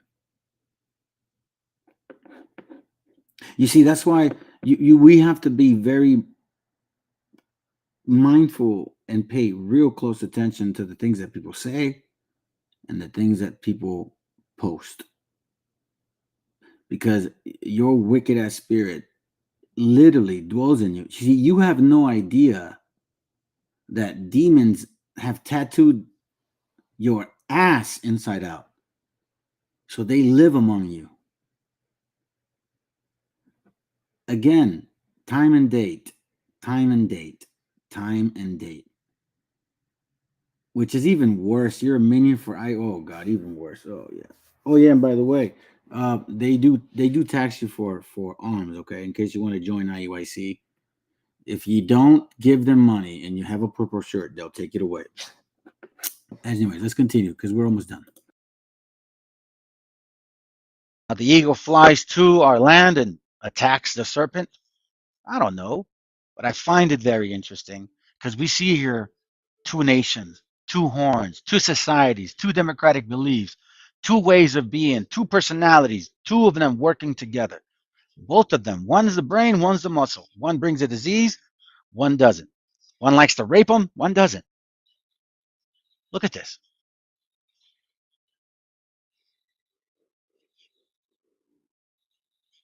This is,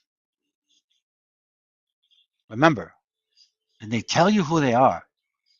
Start believing them. Eagle. The eagle. They're knights. The eagle. They came with horses. Okay, remember this picture?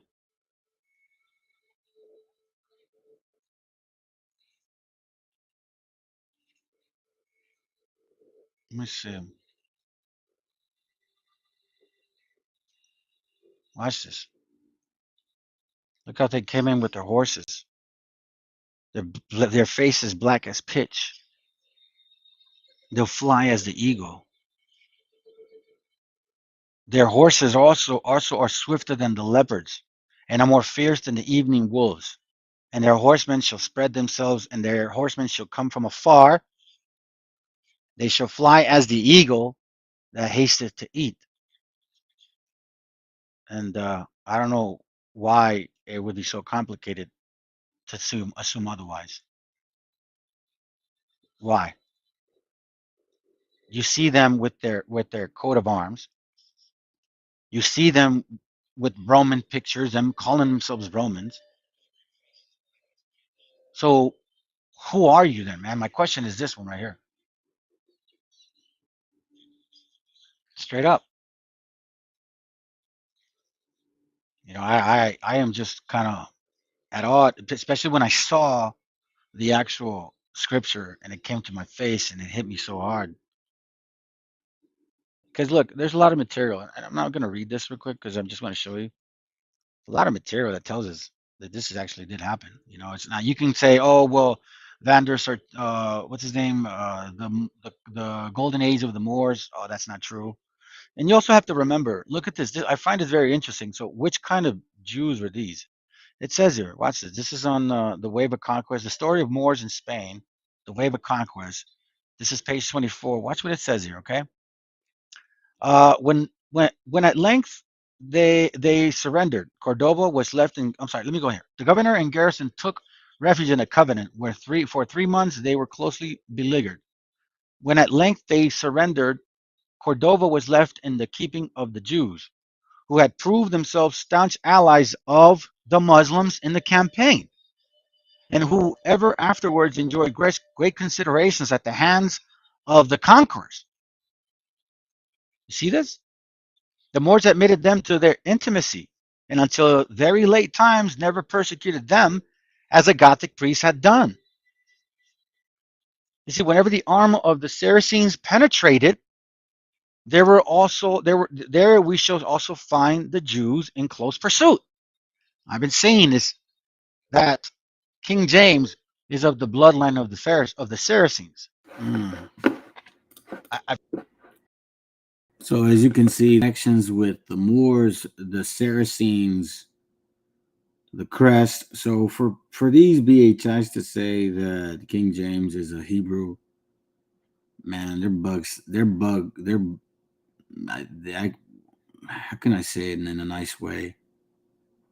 Imagine just them being in a pretzel and their head up there, there. Yeah. They're upside down. So yeah. Anyways, listen, fam. I'm gonna make sure that we continue with this because we have another section here still, another hour left to do with brother Quanah, because he's got some important facts to bring out, and I don't want to leave that out. So I will continue this tomorrow. Not in the morning, probably around maybe 2:00. I'm gonna try to see if I can move the classes to 2:00, maybe 3:00, because I'm finding myself doing some things in the morning. And I need that energy. All right, family. So appreciate y'all being here. And Antonio, I don't know if you're asking me for questions, bro. I'm on my way out, but I'm like, what do you? I don't know what you're saying. African gods, because I seen a video of Mayor saying the Quetzalcoatl was a white bearded man, something like that. Yeah. Anyways, all right, man. So I'll chat with y'all tomorrow. Lord willing, this was a good edifying class. Or like as Chicloso likes to call it, a show. You know what I'm saying? Show. That's funny shit. Anyways, man, y'all enjoy the song. All right. Peace. Peace and blessings, man. All glory to our Father. Shalom. Wait. Hold on. That's right. I I gotta do this here. I don't know why I gotta do this all the time, but I guess I gotta do this all the time.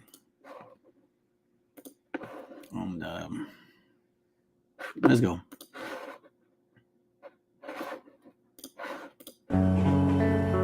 Hey, più nigga on a microphone, studio of Kion, gangsta song, my brother come over. It's a champion general flow. Listen, my reggae music is lower. Climb the tower, feel the warrior eternal power. My brother come over. It's a champion general flow. Listen, my reggae music is lower. Climb the tower, feel the warrior eternal power. Escucha a Dios si aún estás por este mundo. Voy a robarte tan solo 3 segundos. Quiero mandar tu mensaje muy profundo y pedirte disculpas por si me confundo. Soy un humano más que vaga en estos páramos, que se pregunta qué pasa si nos amáramos. Pero la guerra nos separa, así que páranos y únenos de nuevo, por favor, como quisiéramos. Ve al humano maltratar a su mujer, divisa al pueblo roto por su falta de poder. Sigo viendo al niño muriendo sin comer y al rico atragantarse tan solo por placer. Quedamos pocos mensajeros del honor, fieles servidores del humano con valor, nobles narradores de palabra con amor. Solo faltas tú para guiar nuestro interior. It's a champion general flow. Listen, my reggae music is lower. Climb the tower, feel the warrior eternal power. My brother come over. It's a champion general flow. Listen, my reggae music is lower.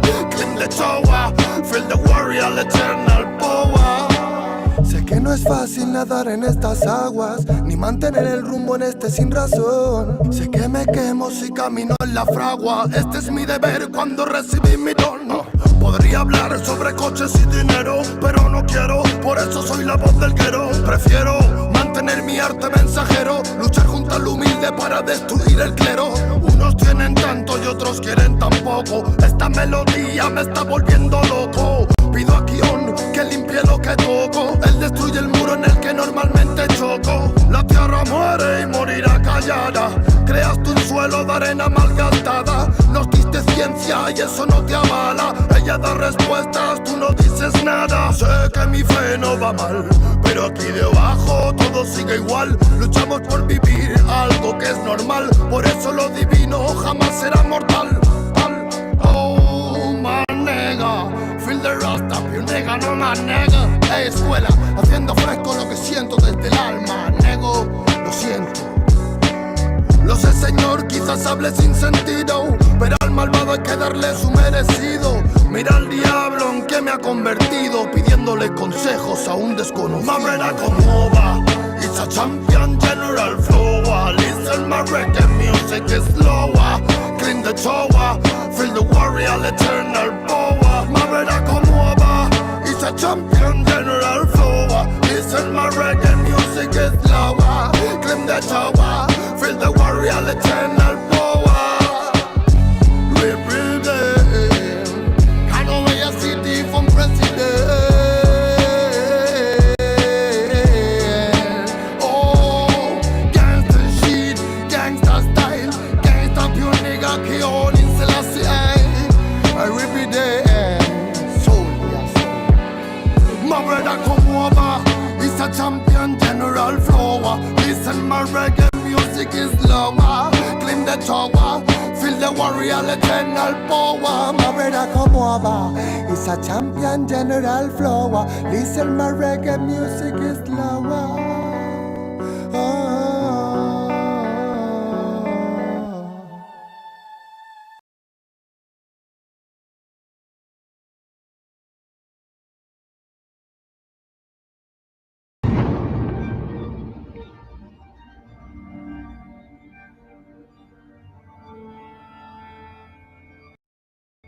Y Cal, hijo, abre los ojos.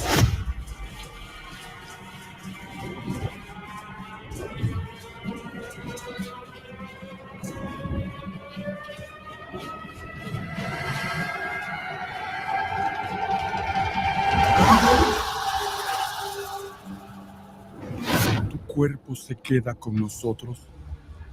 Pero tu espíritu debe seguir.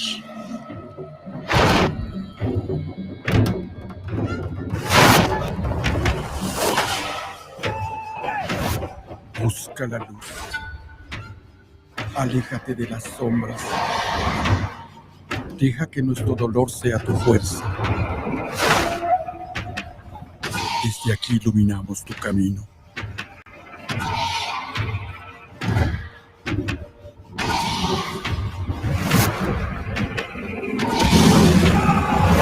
Lucha como nosotros ante esta pena tan grande. Yo soy tú. Tú eres yo.